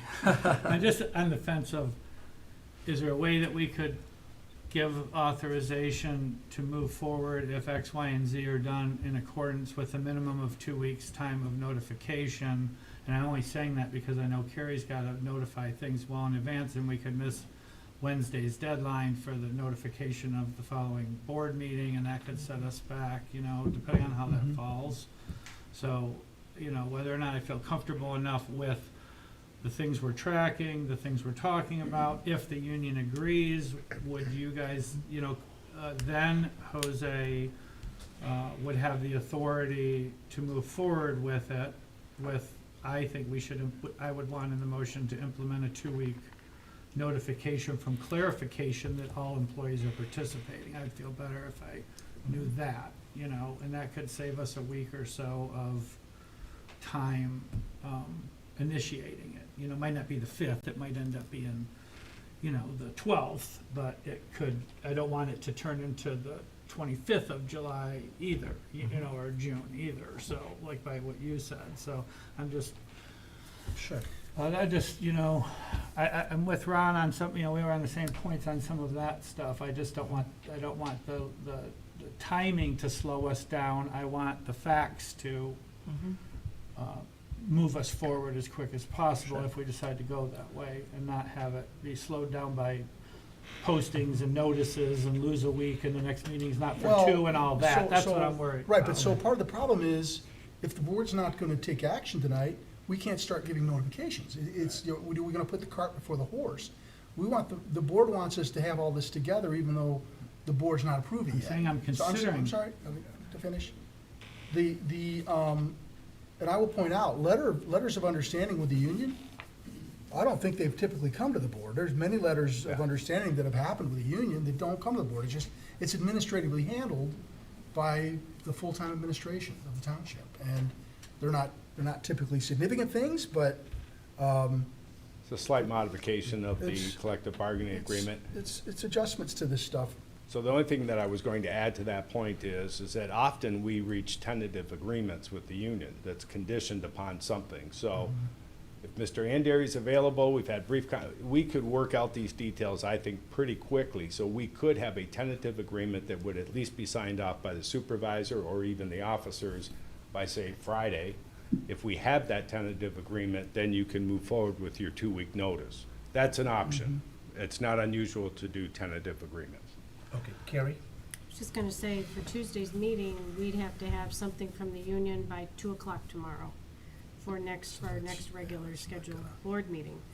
That's really rare, but the other comment I was gonna make is the union and their attorney is aware of this, so this isn't, I don't know if they've had talks or what they need to do, but this isn't a new concept tonight. They're not just hearing this for the first time, so I'm sure there's been some communication, so I would think that would, and I think maybe the union president wants to talk. I'll get out of his way. Yeah, as far as, we've been waiting for something in black and white so we know what we're talking about. That's where the union's at right now. We got a lot of people that are for it, we got some people that are against it, some people are unsure. Until we get, you guys keep saying a letter of understanding. Now, I can't myself and Jim just agree to a letter of understanding. I think I have to have, do we have to, the union have to vote on something like that? Because you're changing a lot of stuff in the contract wording wise. You know, I mean, it's not, to me, it's more than a letter of understanding. I mean, some people are in favor, some ain't, but we're changing what the contract says. I mean, before a letter of understanding is agreeing to let somebody do something or do this a certain way. This is affecting everybody in the union. Do we have to have a vote to accept these letters, or, I mean, where are we at? That's where we're in the gray area as far as union wise. Yeah. I mean, we've just now recently, we have gotten some proposals basically from the attorneys on their end of it, of how stuff's gonna go. But the union in itself has not seen none of this stuff. I've seen it myself. I'm the only one that's seen it besides Jim, our attorney. But I wanna make sure we do this right. I know, because we got, like I said, we got people are in favor, people are against it, and we still got people on the fence. You know, so we just, I mean, how do we go about it? If I gotta call me and have a vote, I mean, we can do that. Because I know, because people wanna voice their opinion on this, because it's changing a lot of people's lives. Yeah. There's a few people that are, I mean, you gotta make, I mean, change, there's always somebody against change, that's a given. But, I mean, what's the right way to do this as far as the union accepting it? One or two people can't decide that, I don't think. That's my question. Is how do we gotta get everything that we wanna agree to in the contract that's gonna change how stuff goes. You know, you're getting 8 hours, now you're taking 10 hours. I mean, the hours and all that stuff, it's all gotta be, we gotta be presented to us, the people to look at it, to see it. That's kind of where we're at. That's why we've really, I mean, we've talked amongst us, you know, in the township bodies, but without anything in black and white in front of you of how it's actually gonna be, you know, I don't think you're gonna stick it to us and sell us one thing and then completely change it. I don't think that's gonna happen. We really wouldn't let it happen, but there's people that think that will happen. So, I mean, we're looking for something in black and white of what we're gonna do. You know, the 410s, that's everyone knows what that is, but, you know, your hours, your PTO, your vacation, you know, that type of stuff. You know, that's where we're coming from. Okay. That's the issue we have. I mean, we don't have a problem getting together and talk about it. We just need to know what we're talking about or what we're gonna agree to or not agree to. Sure. That's Thank you, where the Tony. union stands on that, as far as I know. Thank you, Tony. Dan? So, a couple of quick questions. How the union approves it is actually up to the union. I would suspect that in this case, you'd want to vote. I think Nancy's taken a look at the bylaws. It's debatable whether that's required, but I still think the union will probably, but that's for the union and their lawyer to decide. The reason why for the letter of understanding is because it's a pilot program. So if it does expire in December, we've not changed the collective bargaining agreement at all, we go right back to it. So you can have very lengthy and detailed letter of understandings, and this is, we're gonna have to obviously have some things in there. But I think it's going to be clear to both sides, and they've got an excellent labor lawyer who understands this. I think he's even been through it before. So I think we're all on the same page. If the goal here is just to keep it the same benefits as we have here, it's really a language issue more than it is a negotiation. That's how I look at it. Dan, I think probably one of the things I'd always thought the union would have an issue with is going to be that collective days off and working on days that would be holidays, but taking that holiday later in the year, and you know how that plays out, because that is, a lot of people have annual things they do, different holidays. If you're talking about working days you would have had off and you've had off for the last 20 years, but now you're going to get these other ones, there's going to be families involved. I could see how they're going to have a whole room full of people having a lot of different discussions to figure out that to get to a vote, right. you know, and how fast can you guys put together all the scenarios? Well, I think the board was very transparent with, the Right. employees who are here to show them, this is what we're thinking. We Right. haven't decided anything yet, but that, you're right, that is something that is going to have to be talked about, if not negotiated. Because I'm sure there's going to be difference of opinions within the union. So we're just gonna have to work through that. As looking at the presentation by Nancy, I saw that as something that might be an issue. The conversion of days to, 80 hours, that's a mathematical equation. There are going to be issues with vacations to try to make sure that everybody's going to be equal and so forth. But we have to have some discussions. But we can do it very quickly. Both Nancy and I have talked to Mr. Andary. He's aware of it. I don't know, did he have the presentation as well? Or- But an outline, yeah, so he's already been given some information of what we've talked about, but of course, until we have the green light, we're not doing anything official with him. Well, who answers Tony's question about, is it their attorney that says? On the vote, yes, absolutely, it's their That we attorney. need to have a vote, or we don't need to have a vote, or we've crossed the line of a decision we can make for our members, or what? Yeah. That's all Absolutely, kind of plays into this timing thing we're doing. yep, absolutely, yeah, but that's the union's decision, right. I say in no other case would you typically go forward with a MAFE. I just think that's weird, in my opinion. To me, I think we just need to wait until some of these things are put into position, and like I say, either go to the next meeting or have a special meeting, whatever you wanna do. How can they go forward without action, though? So the union can't move forward like they're saying, they don't know any of the terms, how can they talk amongst themselves until they have direction from us? Well, we should be giving them exactly what we wanna do, just like we just did tonight. We have, but what if they go through all that and then the board votes it down? So, Can I ask a question? you know, What do you mean, if they go through all that, when they agree to everything, and then we vote it down? yeah, Well, then I guess it would just stay the way it is. I mean, why would they go through all that if, yeah, Why I are we think going that's through it all putting, right now? Why don't we just, I think it's the cart before the horse. but- So, Right. Can I answer a question? Yes, trustee Morocco. So, as a board, we're proposing that they're going to take their normal odd Monday holidays at the end of the year. That's what we're promoting? That's a suggestion. Okay, but Yeah. without it not being what we wanna do and it just being a suggestion doesn't get us closer to the negotiation. It's just something we're suggesting, right? Right, that's something between the attorneys And their union. Right. Now, I'm not, I mean, would it hurt to create a MAFE for the next meeting on Tuesday, and then if we're not ready, pull it off the agenda? Is that a bad way of We being can do that. prepared? but that just gives them from 8 to 2 tomorrow to negotiate, talk to their members, because that's the deadline for MAFES for the agenda for Tuesday.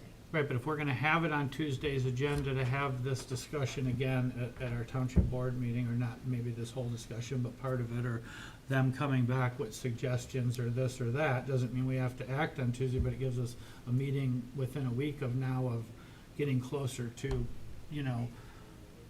punching the clock on it and Yeah. being done, or do we, or the option is to wait 2 more weeks or have a special meeting, that's why, because really technically, by the time the package gets put out on Friday, right? It's on the MAFE, but the package goes out on Friday, the actual information for the residents to read. So if they could produce information by the end of the week, we would be prepared to talk about it on Tuesday. But I guess the question would be, what more are we gonna talk about? Because I don't, if the full-time administrators, starting with the supervisor, are gonna have conversations with the union to get a letter of understanding to get us to where we've talked about being, I don't think it would be normal for them to bring that back to the board to have additional conversations with the union. I mean, you don't have union negotiations in public. I mean, we don't do that. The union, it's normally done with a smaller group of people, and then if the union accepts, it's great. I think the board made some really good points on how we want this to go, but at the end of the day, it's really up to the three of us, and the supervisor is the head of the HR, but certainly he's asked for support from, well, we've asked for his support, really. Carrie and I are gonna be actively involved in the marketing of this and moving forward and understanding. I'm sure the supervisor will invite both of us in to discuss the letter of understanding that we end up with the union. And I wouldn't see any situation where if one of the three of us disagreed with any part of it, we wouldn't want to put the brakes on. And so, you know, to me, if we want this to be successful, we're looking for the green light that lets us start taking these other steps, doing it as quickly as possible, making sure all of our ducks in a row. But keep in mind, it's something we've talked about with department heads and employees for months. So No, I get it. we're not, we don't feel we're rushing at all.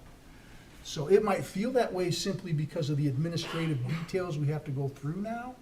But I guess we're asking for the trust, the board to give us the trust that if we think there's a problem over the next few days, that we're not gonna be able to have the things you want, which is the marketing going out, a proper letter of understanding ready to go, that we'll put the brakes on. But I think we just wanna have the green light to do that. Well, my concern would be is if the union comes back and wants a benefit, that we're saying we're not giving them any more benefits for the changing of the holidays or whatever, then I don't know that I would feel comfortable just having that, just done behind the scenes, and then we come out with a new union contract, because right now we're telling the people that there is no extra benefits we're giving the employees, but what if they want extra benefits? But this is an extra benefit. A I'm 4-day saying work week is, additional. first of all, if the union comes back, and I don't know, can I say this? I don't wanna get in trouble, but I do not support negotiating for additional add-ons beyond what we're doing with a 4-day work week and maintaining what they already have. Right, that's right, that's not gonna happen. That's not gonna happen because, I mean, I'll go crazy. Look, this was our idea. Keep the benefits we have. This was our idea, it's not their idea. I think that they have a good amount of skepticism, and I don't begrudge that at all. And they wanna see it in black and white, that everything we've talked about for months is exactly what we say it is. And that's, you know, I get that, and I don't have a problem with it. I just want the board, I guess I'm asking for the board to give us a level of trust that you've got the three of us. We don't always agree, but we've been working hand in hand on this, so. I'm not saying that, but I'm saying we got a 7-member board with 2 members absent. You guys have enough votes to push it forward, the 3 of you sitting here right now. You don't need mine and Ron's vote, but we don't have the other 2 people either that could chime in. And I keep making suggestions of how to find a creative way to not get tied up in the motion and delaying it. So I'm not opposed to it. I don't feel comfortable approving it without knowing that the union is on board with it. So there has to be, I'd have to have a contingency in the motion that obviously that they're on board. And then I also wouldn't feel comfortable if you guys got in a private room and had to make a bunch of concessions, which he's saying they're not looking for, but he's the head of the union, he's not the lawyer or the membership. So Tony can't speak on behalf of everybody. I mean, that's all. I'm just, I do agree with Ron, there, you know, I think the motion, if you wanted me to be involved with your motion, then it needs to be then because it's not on the MAF, the motion needs to be very specific about what we're expecting, what the Right. contingencies could be, what the hours of operation are, that we're suggesting the presentation that the Kelly firm made on how the vacation days were done, that, because to me it just still seems a little vague, but I think we can tighten it up with all of us right now. Yeah, We're all in a room, but I want to see it. I couldn't just make the motion that's suggested, Sure. because I don't think we it's can- specific we can enough, certainly- you know, we can or certainly add to that. protects us to, that we're all, I think there's a consensus, but we have concerns about Yeah. that we're going quickly, and then I think that the timing, I would want a minimum of 2 weeks from whatever Dan says is if you sign off on this letter, if the township and they do, you know, that when the union employees are on board, no minute less than 14 days So- before we do yeah. it, you know, I think that's fair. So if we you know? if we had a motion here that included language that indicated it's contingent on a letter of understanding with the union that is substantively matching the presentation we had relative to no significant changes in benefits other than the 4-day work week, and that the marketing would begin 2 weeks before the first Friday being closed. And the hours of operation. And the hours of operations would be on the pilot, would be from 7 AM to 5:30 PM. That motion can be made. Okay. Do you want, you gonna give public comment? or- Yeah, of course. We already opened for public comment before even, but that will No, happen. well, I didn't know. Yes. Anyone from the audience would like to address to the board? Sure. Yeah. Well, she's coming first. Ladies first. I'm Carol Ann Strachan. I've been with the township for 33 years. In September, 31 full-time. I was born and raised here. I lived here for 30-some years before I moved away. And I do have an issue with this. For one thing, is this for the public or is this for us employees? Because, Paul, what you've said, that we have gone to online everything, we're making all these concessions to get people to do everything online. And if we're closed on Fridays, you're gonna put all these kiosks, let everybody do everything online. So are you closing us down? Because that's what it sounds like, you're closing us down to the public. The other thing is, 10-hour work week, or 10-hour days are long days. I drive an hour to work, hour to and from work. I'd be gone at least 13 hours a day. That's a very long day. I'm not the only one that drives that far. There's a couple other people in my department alone that do drive that far. It's very exhausting. I don't have help at home. I've got 2 dogs. I can't leave them for 13 hours. I'm paying someone right now to go over there and let my dogs out so I could be at this meeting. It's not gonna work for me. I will walk. My 33 years of experience and knowledge with this township, I will walk because I cannot make it work for me. I am gonna be too exhausted. I will have more sick time. I will have more PTO time because I won't be able to function and not make mistakes because I'm gonna be too exhausted. And I know that's gonna happen with other departments as well. And back to the hours and days and all that stuff, okay, so our float is 8 hours. Are you gonna give us 10 hours as a float? If we wanna take a floating holiday, do we take a floating holiday and then have to supplement it with 2 hours of PTO to make the 10 hours? Same with our birthday holiday, holidays like that. I'm asking for your guys' feedback. Well, any part of it that's related to the union contract, I'm not gonna do that publicly because I think that negotiation needs to happen. I am the union vice president as well, and I disagree on this, but anyways. I understand, but I have never talked about the union negotiations in public. I'm not gonna, can I finish? You've asked me some questions. I'd like to answer them for you. Okay, I just wanted to point out what her thing was about the float and Okay, I know, the but birthday, which she had you the 8 hours I'm on sorry, that. you've asked me to answer questions, and I'm trying to answer them, you're ahead. stopping me. So I respectfully, I Go ahead. listened to everything you had to say. Certainly, there's no intention to change, somehow shut the township down, okay? Because the fact, my office has myself, a deputy, and 1 employee. It's the same number of employees that have been there for 15 years, or longer than that, I'm quite sure.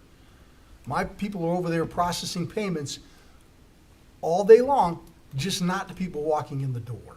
So my department is different than every other department, right? And so, no, the township can't shut down. The township can't run without the employees. People on this board, they'll come and go. The township runs with employees. The township has grown. Residents want automated processes to pay because they don't want to have to walk in the door. They're busy. So there's no intention of me to say we're shutting down the township. No, we're not. Okay, and Carrie, I do appreciate what you said about the employees earlier. I really do appreciate that. That was very nice of you to say that. Thank you. But again, Paul, what you just said, everyone wants to go to automated, so what's the purpose of staying open extra time? I understand the building department, okay, have them, according to the union contract, you can adjust hours. They can start at 7 a.m.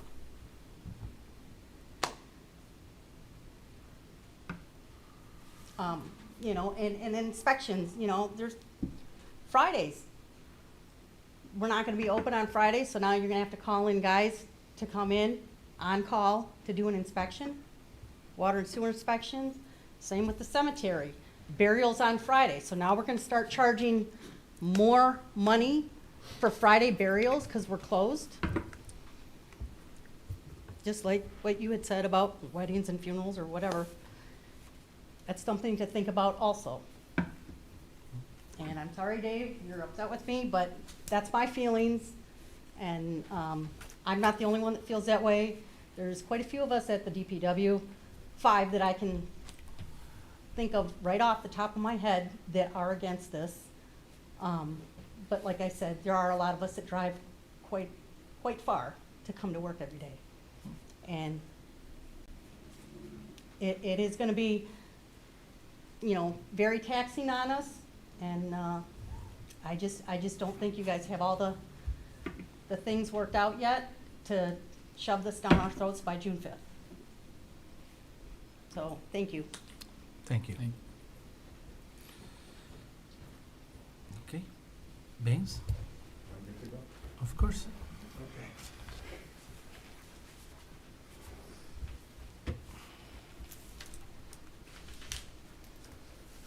Hi, I'm Vincent Bizone, 7925 Foster Road, and I'm in opposition to the four-day work week, or what I'd rather call a 3-day weekend. Let's call it by its right name. Okay? So I put some questions together for the board, and the first one, what is the purpose of the 4-day week? And what I hear is that it's going to allow us to attract better talent, and that's kind of its benefit. And it's sort of compensation for some benefits that people no longer get, some lifetime benefits they no longer get, so I understand that. But then I have to ask, how does this benefit the township and its residents? Because even though, I know you guys all have your minds made up, and there's nothing I'm gonna say that's gonna change your mind, so I understand that going in, okay? But these are legitimate questions. And so how does it benefit the township and its residents? Carrie's the only one that had any sensitivity to the service providing, the service ability. Paul referred to this as a business. Well, it's a service business, okay? And to reduce the services by 20% doesn't seem quite right to me. 20% being 1 day a week, right? That's 20% of the week. And the other question I have, are the employees of the township on the board, okay? Those of you who are paid by the township. Are you willing to recuse yourself from this vote because you get direct personal benefit from it? That 3-day weekend is a benefit that you're getting. You're gonna vote that for yourself? So you're gonna recuse yourself? That's my question.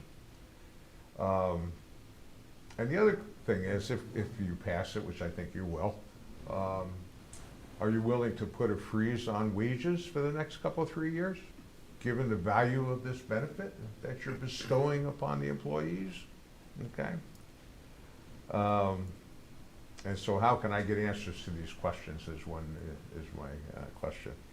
And I have a couple of comments.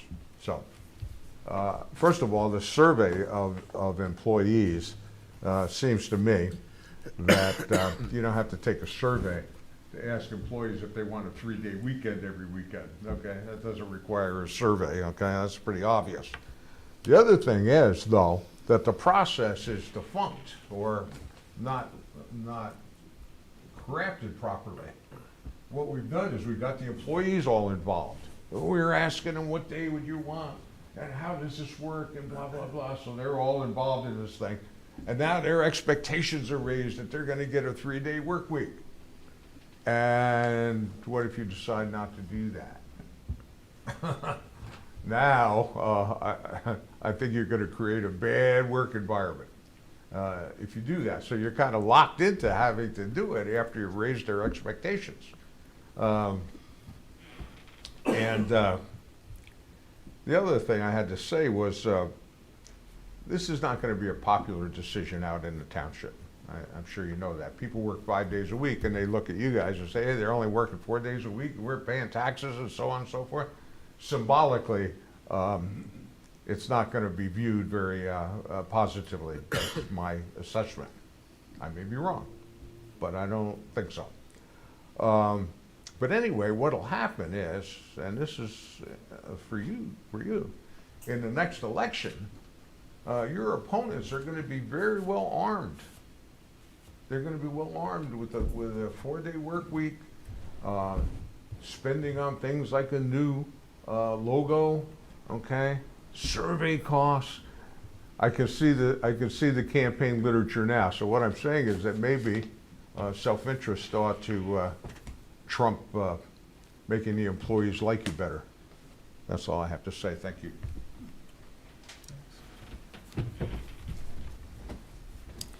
Thank you, Vince. Anyone else? Linda? I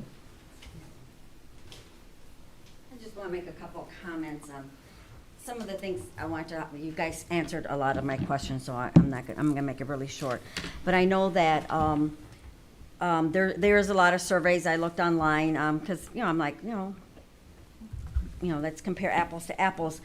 And there are a lot of surveys and studies, and all of them are saying that this is a good thing, for employees and for the morale. But there was only a few that really talked about the customer service aspect.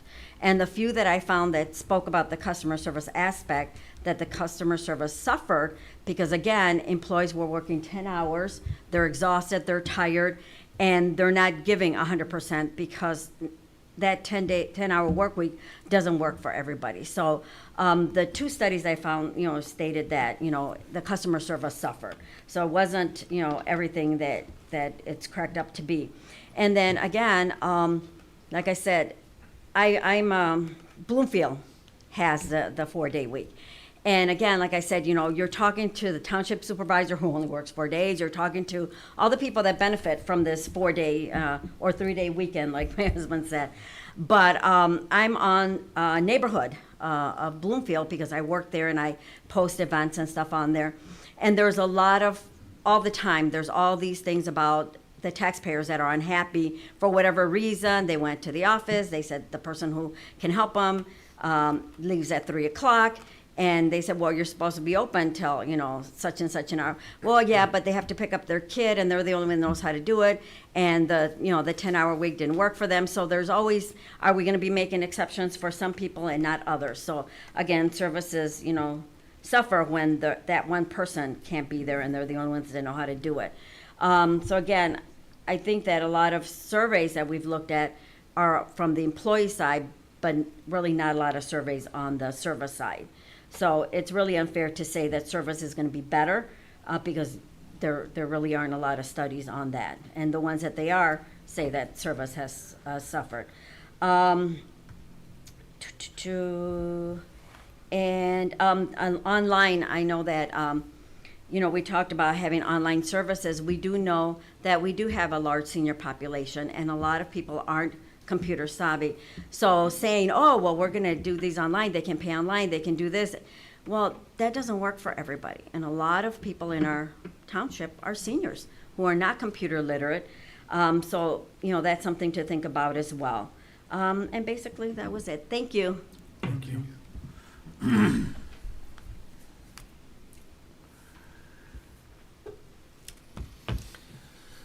Okay, Trustee Monaco. Thank you, everybody. Carol Ann, thanks for coming. I want to say a couple things.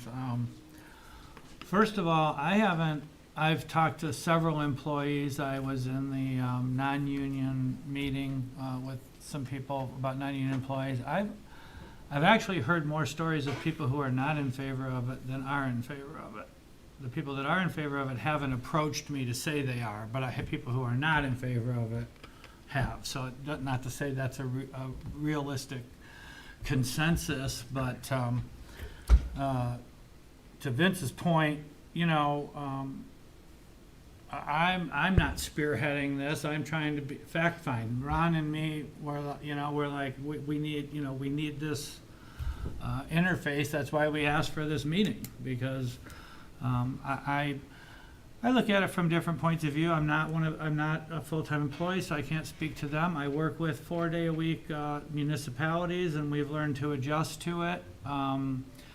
I do find a benefit in employee retention, but we also, when I was having discussions with members of the township, we talked about there are members in different departments that can't participate, that have issues. And one of the things that we had talked about was that in order to make this work, I thought that the exercise that we sent to the directors was figure out how, if you had flexibility with your employees, figure out how you can cover it, I don't think that, we know that Parks and Rec's not gonna participate, the fire department's, not in the same manner, the senior center. I don't wanna lose valuable employees because they don't wanna be here 5 days a week, and if they work in a department that's operating 5 days a week, I thought that was what we were giving, was the directors the flexibility to manage the hours of their people. So if it's a retaining tool, it doesn't mean I want a bunch of people in the union that Tony's alluded to that aren't all in favor, and I know that a lot of them, there are a number that aren't, because I've been approached by some of them.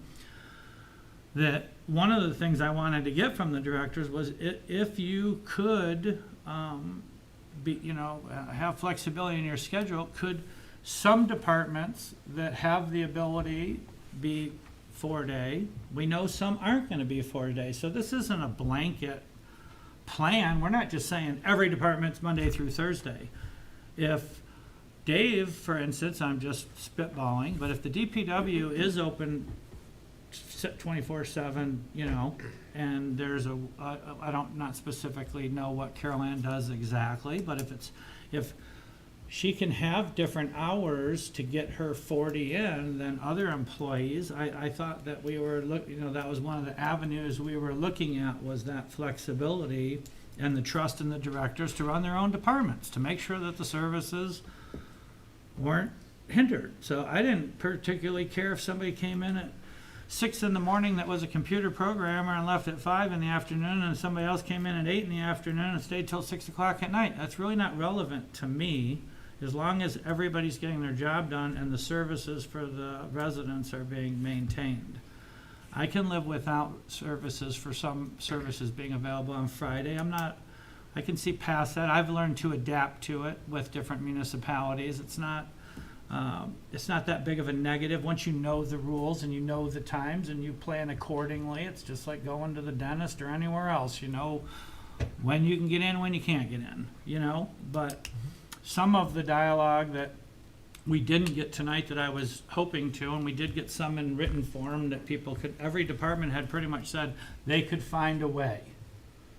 Now, I also expect that to be that they can find a way to retain good employees by adjusting their departments, not necessarily the hours of operation, but the hours of employment for some of the people. There could be departments that are here on Friday that do things that aren't open to the public or are open to the public, like the seniors, like the DP. So I'm not familiar with every department and all that, but I think that those are also negotiations that could have to happen with the union, and we need to, as a board, be in agreement that we've agreed to that flexibility if necessary to make things work, to retain and to attract.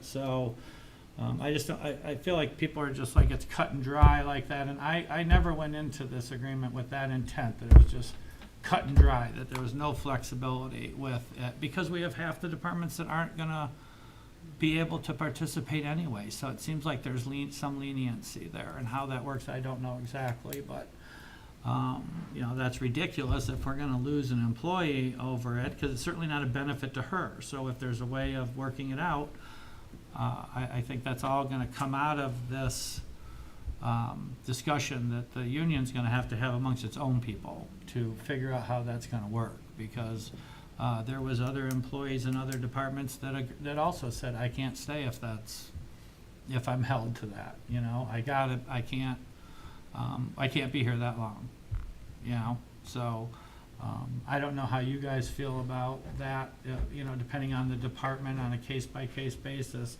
and how that would work. But I think it's important that if this is gonna work, that we, Have a be as solution. flexible as we can with the trust in our department heads that we're not, that they know, they're all dedicated, they know when the people come in, what people need, and who needs to be at the front door, and who can just be behind the scenes doing business, you know, so, Sure. that's my thought. Sure, Carrie. That made me think too, you know, we surveyed the employees already. Maybe at the end, we need to resurvey the employees. And I never thought about that. And, you know, if we move forward with the pilot, were you okay with this? Did this turn out to not be an okay? I mean, there may be some initially who thought it was a grand idea and then found out, you know, I don't know that. So I think that might be a good idea to resurvey the employees as well and report back as we're reporting now. I think Nancy, how many meetings ago, we had 87% response, or was it 87% that was in favor? It was 82.6 in favor. In favor, okay. How many people filled out the surveys? It's their fault for not doing it. I just asked a question. Okay. Well, Vince, Linda, also the lady right there in the back, thank you also for coming and for your comments. I mean, it matters. You know, it's always good to hear from the public as well. I just want to share something with you guys. I know you guys says, and I'm talking about myself, that I want to give myself 4 days work, but really for me, I'm talking just about myself. Linda, you know I have the passion for this. I love to be a public servant, and I enjoy this. And my job is not 40 hours a week, and a week sometimes, but it's more than that. Sometimes can be 70 hours a week. I can tell you how it starts. 6 in the morning, I get up, starting doing the breakfast for my wife, everybody, and then 7 o'clock in the morning, I call in Jennifer. Jennifer, where are you? I said, I'm driving back to the office. Okay, Jennifer, we need to take care of this and this, what we have. I'm on it, Jose. And 8 o'clock, as soon as I arrive, Paul is already there. Yeah, wow, Paul always beat me, he's there. Sometimes, Carrie works really hard. She comes really early, and sometimes she can be early in 7 o'clock. And she's there working, and then I says, Carrie, are you going home? No, we have a board meeting, I need to take care of this. And when there's elections, you're swamped in several hours. I mean, we go above and beyond. And to me, even when sometimes I go to church, I go to a restaurant, somebody will come and says, hey, Jose, I have this problem. Oh yeah, I have a meeting, what's going on? Taking notes, I was saying, don't worry. This is my card, send me an email. So I'm working Saturdays and Sundays too, helping a lot of people. Contact directors sometimes, because sometimes Dave McKee says, Jose, I'm 24/7, just give me a buzz and text me, and things happen during Sundays. It happened. Critical things, tough decisions, sometimes I have to get input from Paul and Carrie during the weekend. So we do our work, we work hard for it. And when this idea came to me, it was like, oh yeah, let's do it. No, I was doing my work. I have to look into it, get legal advice. I get with people that already implemented. I was working because first of all, I was very skeptical to see if this work or not. And then I looked at it online, I did my own work. I just wanted you guys to know it wasn't something like crazy, I just put it there and I want to move forward with it. Yeah, Paul. So I just want to reiterate that it's a pilot program. We don't want to lose anybody in a pilot program. And we did talk about the idea that there would be some flexibility as we try to roll this out and test it. But I also want to make sure it's understood that ultimately the union has a lot of say-so in what that might look like. And we have to respect the union's opinion on that. So part of this process certainly will involve talking about how we get from the beginning of the test to the end of the test, and we don't lose people, right? Until we have a chance to look at the whole process. So that should be part of the letter of understanding that we hope to put together as quickly as possible. But again, I don't believe we get to tell the union how they want that to look. That's a discussion between us, but they're gonna have their own opinions on how that works. But I think we should have some flexibility for department heads to be able to manage this with their staff if there are a few that we need to try and find something else to do for the time of the pilot, so I agree with that. Yeah, no, I mean, nobody disagree with that. I mean, nobody disagree with that. Ron, any other comment? No, I guess I'm just sitting here waiting, but I think I said what I said. And you know, if you want my opinion, I still think it's too early to vote on the MAPE tonight. And if we push forward, I'm gonna vote against it because I don't think the MAPE is correct. And I guess I would never suggest moving forward as something that hinged on the union needing to talk about something and vote on it. So we've never done that before, and I don't see why we would do it now. So, like I say, I think we can put it on the next meeting and get the MAPE doctored up between now and then. And if the union has, I mean, we can just put on the agenda that, you know, comments or presentation by the union or whatever, and they can attest at that time whether they're ready to go forward or not. If they're not, then, I mean, it doesn't have to be something in the packet, but I mean, we can put them on the agenda to speak, and if they're ready to speak. If they're not, then, you know, to me, you just have to wait until that time, so.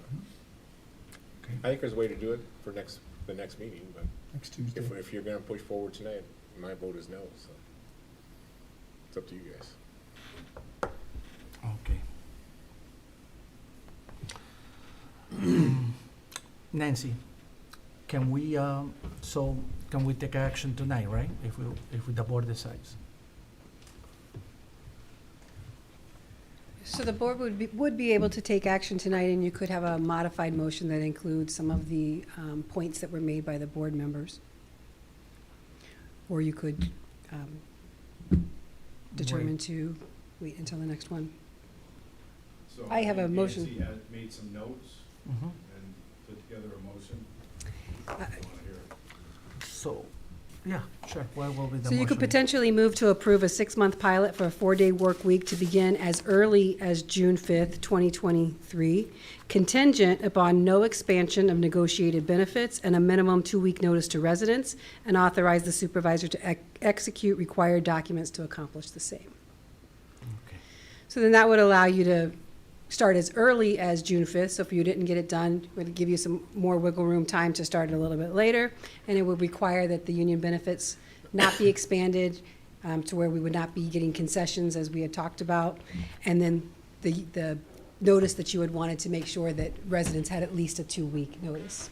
And that would accomplish all of those things on a contingent basis. Okay. Paul? And could we add something to indicate that we have an additional item on the next board agenda to update the board on progress between now and then, so that, you know, some of these items I think we can immediately address if necessary, just so we can just, again, talk about it next Tuesday again. Through the chair to the treasurer, you could absolutely add that and just include a contingency upon final report to the board at the May 23rd scheduled Right. meeting. Trustee Morocco? I think I would be comfortable putting it on the next agenda that we talked about doing, but with the 2 board members missing and the 3 of you, the point was made. I never even considered the fact that you guys would be, you know, I'm not saying you don't work 40 hours a week, don't get me wrong, but Right. perception and everything, that I don't want you guys to vote to give yourself a 4-day work week without, I would prefer a full board, and I would prefer the union to be done in time. I just think that doing our due diligence, waiting till Tuesday, just seemed, I just would feel more comfortable with it, you know, personally. Having this discussion on the board next Tuesday. Not the whole necessarily discussion, but I think by then we would expect a little more, Tentative agreement? yeah, something. I mean, because it seems like, I don't want to jam it through without even knowing that we can do it. And I don't know that Tony, I can't say that he knows what the percentage of members are. And if they decide that they need to take a vote, it changes everything. So if it gets to next Tuesday's meeting and the union comes back and says, well, we need to set a vote and we're not gonna vote for another week, and it's now a vote, it changes everything, you know? Because it's really not us to us, it's up to us to offer it. It's up to them to agree to it, or it's not happening.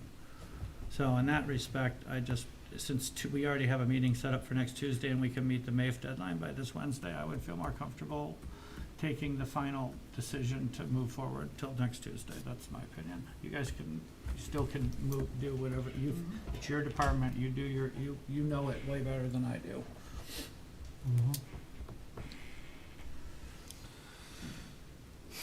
Okay. Yes, Ron. I guess, one objection to the MAIF as presented by the council, it still had nothing in the MAIF that was, I guess that spoke to the residents or the taxpayers. And to me, the MAIF should include what we're gonna track as part of the period. You know, at least some minimal items that we're tracking to we can show or prove to the public that, you know, that we're still providing the proper services and items needed, you know, for the township, so.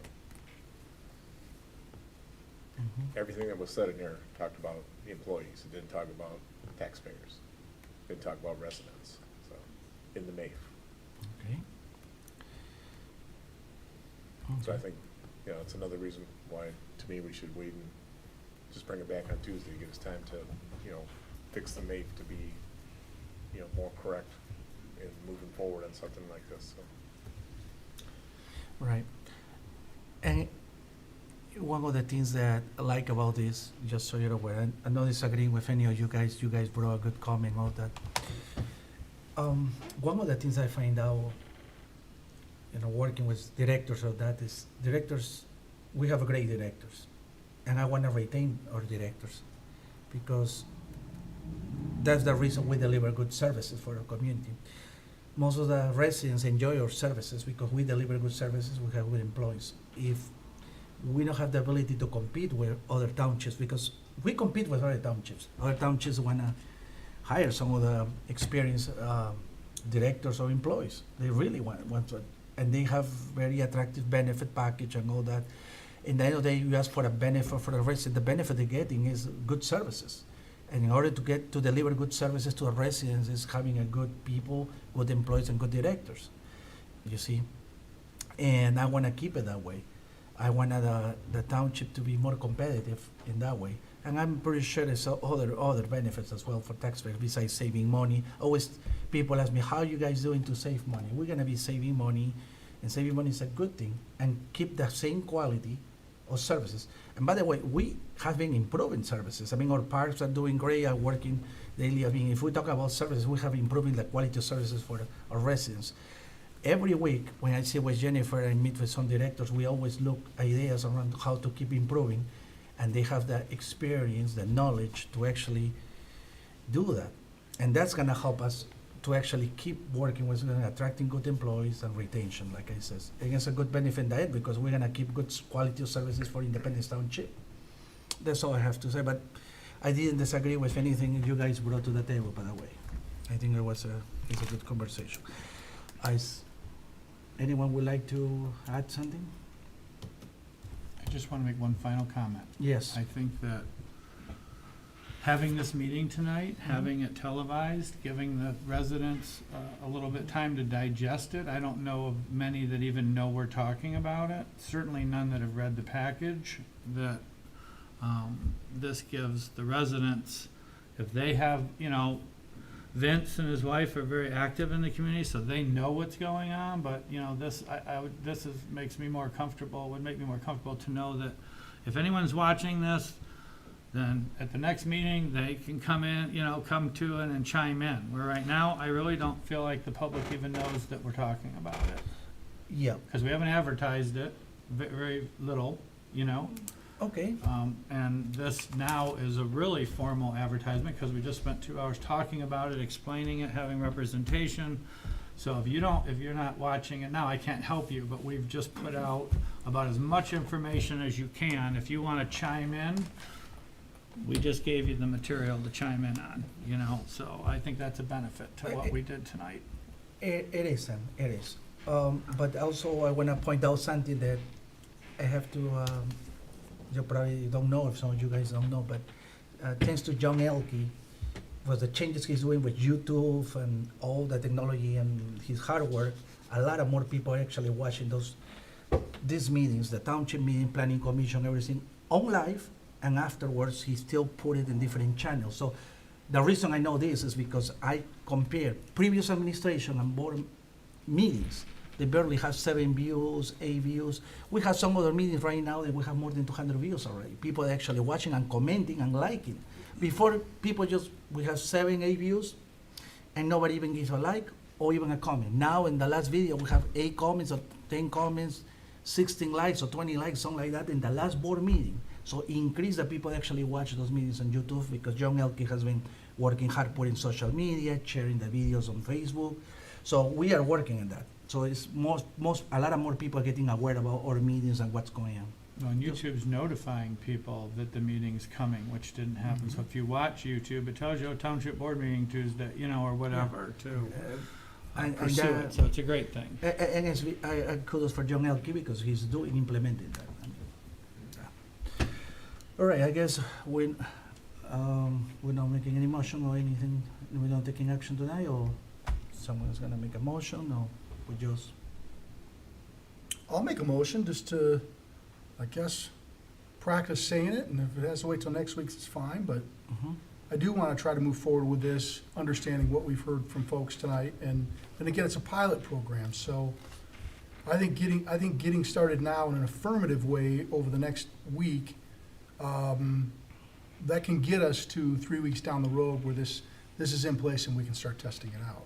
So I'll move to approve implementation of a 6-month pilot period for a 4-day work week, and authorize the township supervisor as chief personnel and administrative officer to implement any and all necessary action steps to accomplish the same, contingent on reaching a letter of understanding with the union that is substantively the same as was presented this evening, with no additional benefits other than the 4-day work week, and that marketing efforts will start at least 2 weeks before the first Friday off, and that the board will be presented with progress at our next board meeting.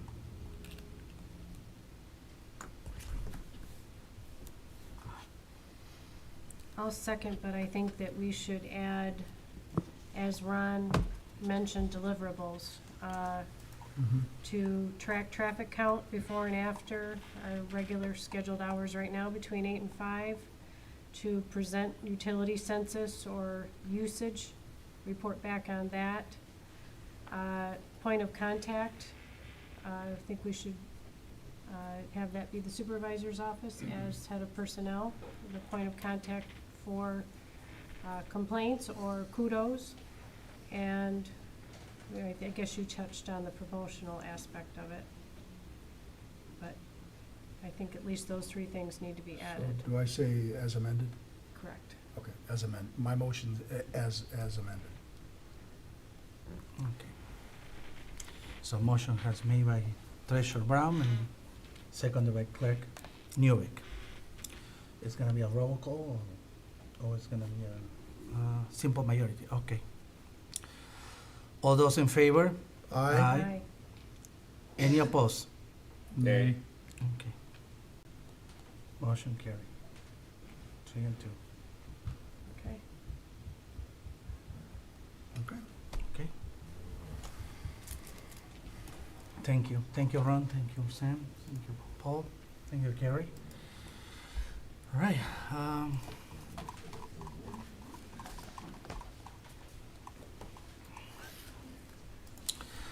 Okay, board members, let me see. Okay, any board member comments? Well, I guess I just have a question. Is there gonna be a discussion on the agenda for next meeting about this topic? Yeah, yeah, It's part of my motion. yeah, it's part of the motion. You We're have gonna to- present status to the board.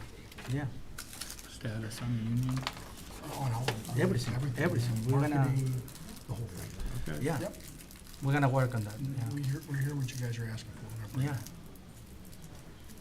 Well, it's gonna be an update for sure for Yeah. the next board meeting. We're gonna work on it. Well, thank you, guys. Okay, I need a motion to adjourn? So moved. Oh, I did have one announcement. oh, sure, Sam. I'm sorry. Sure. I just found out today that the Mill Pond grant has been awarded to the city of the Village of Clarkston. Is that to move the To water? do the research to set an established state level of water in the Mill Pond and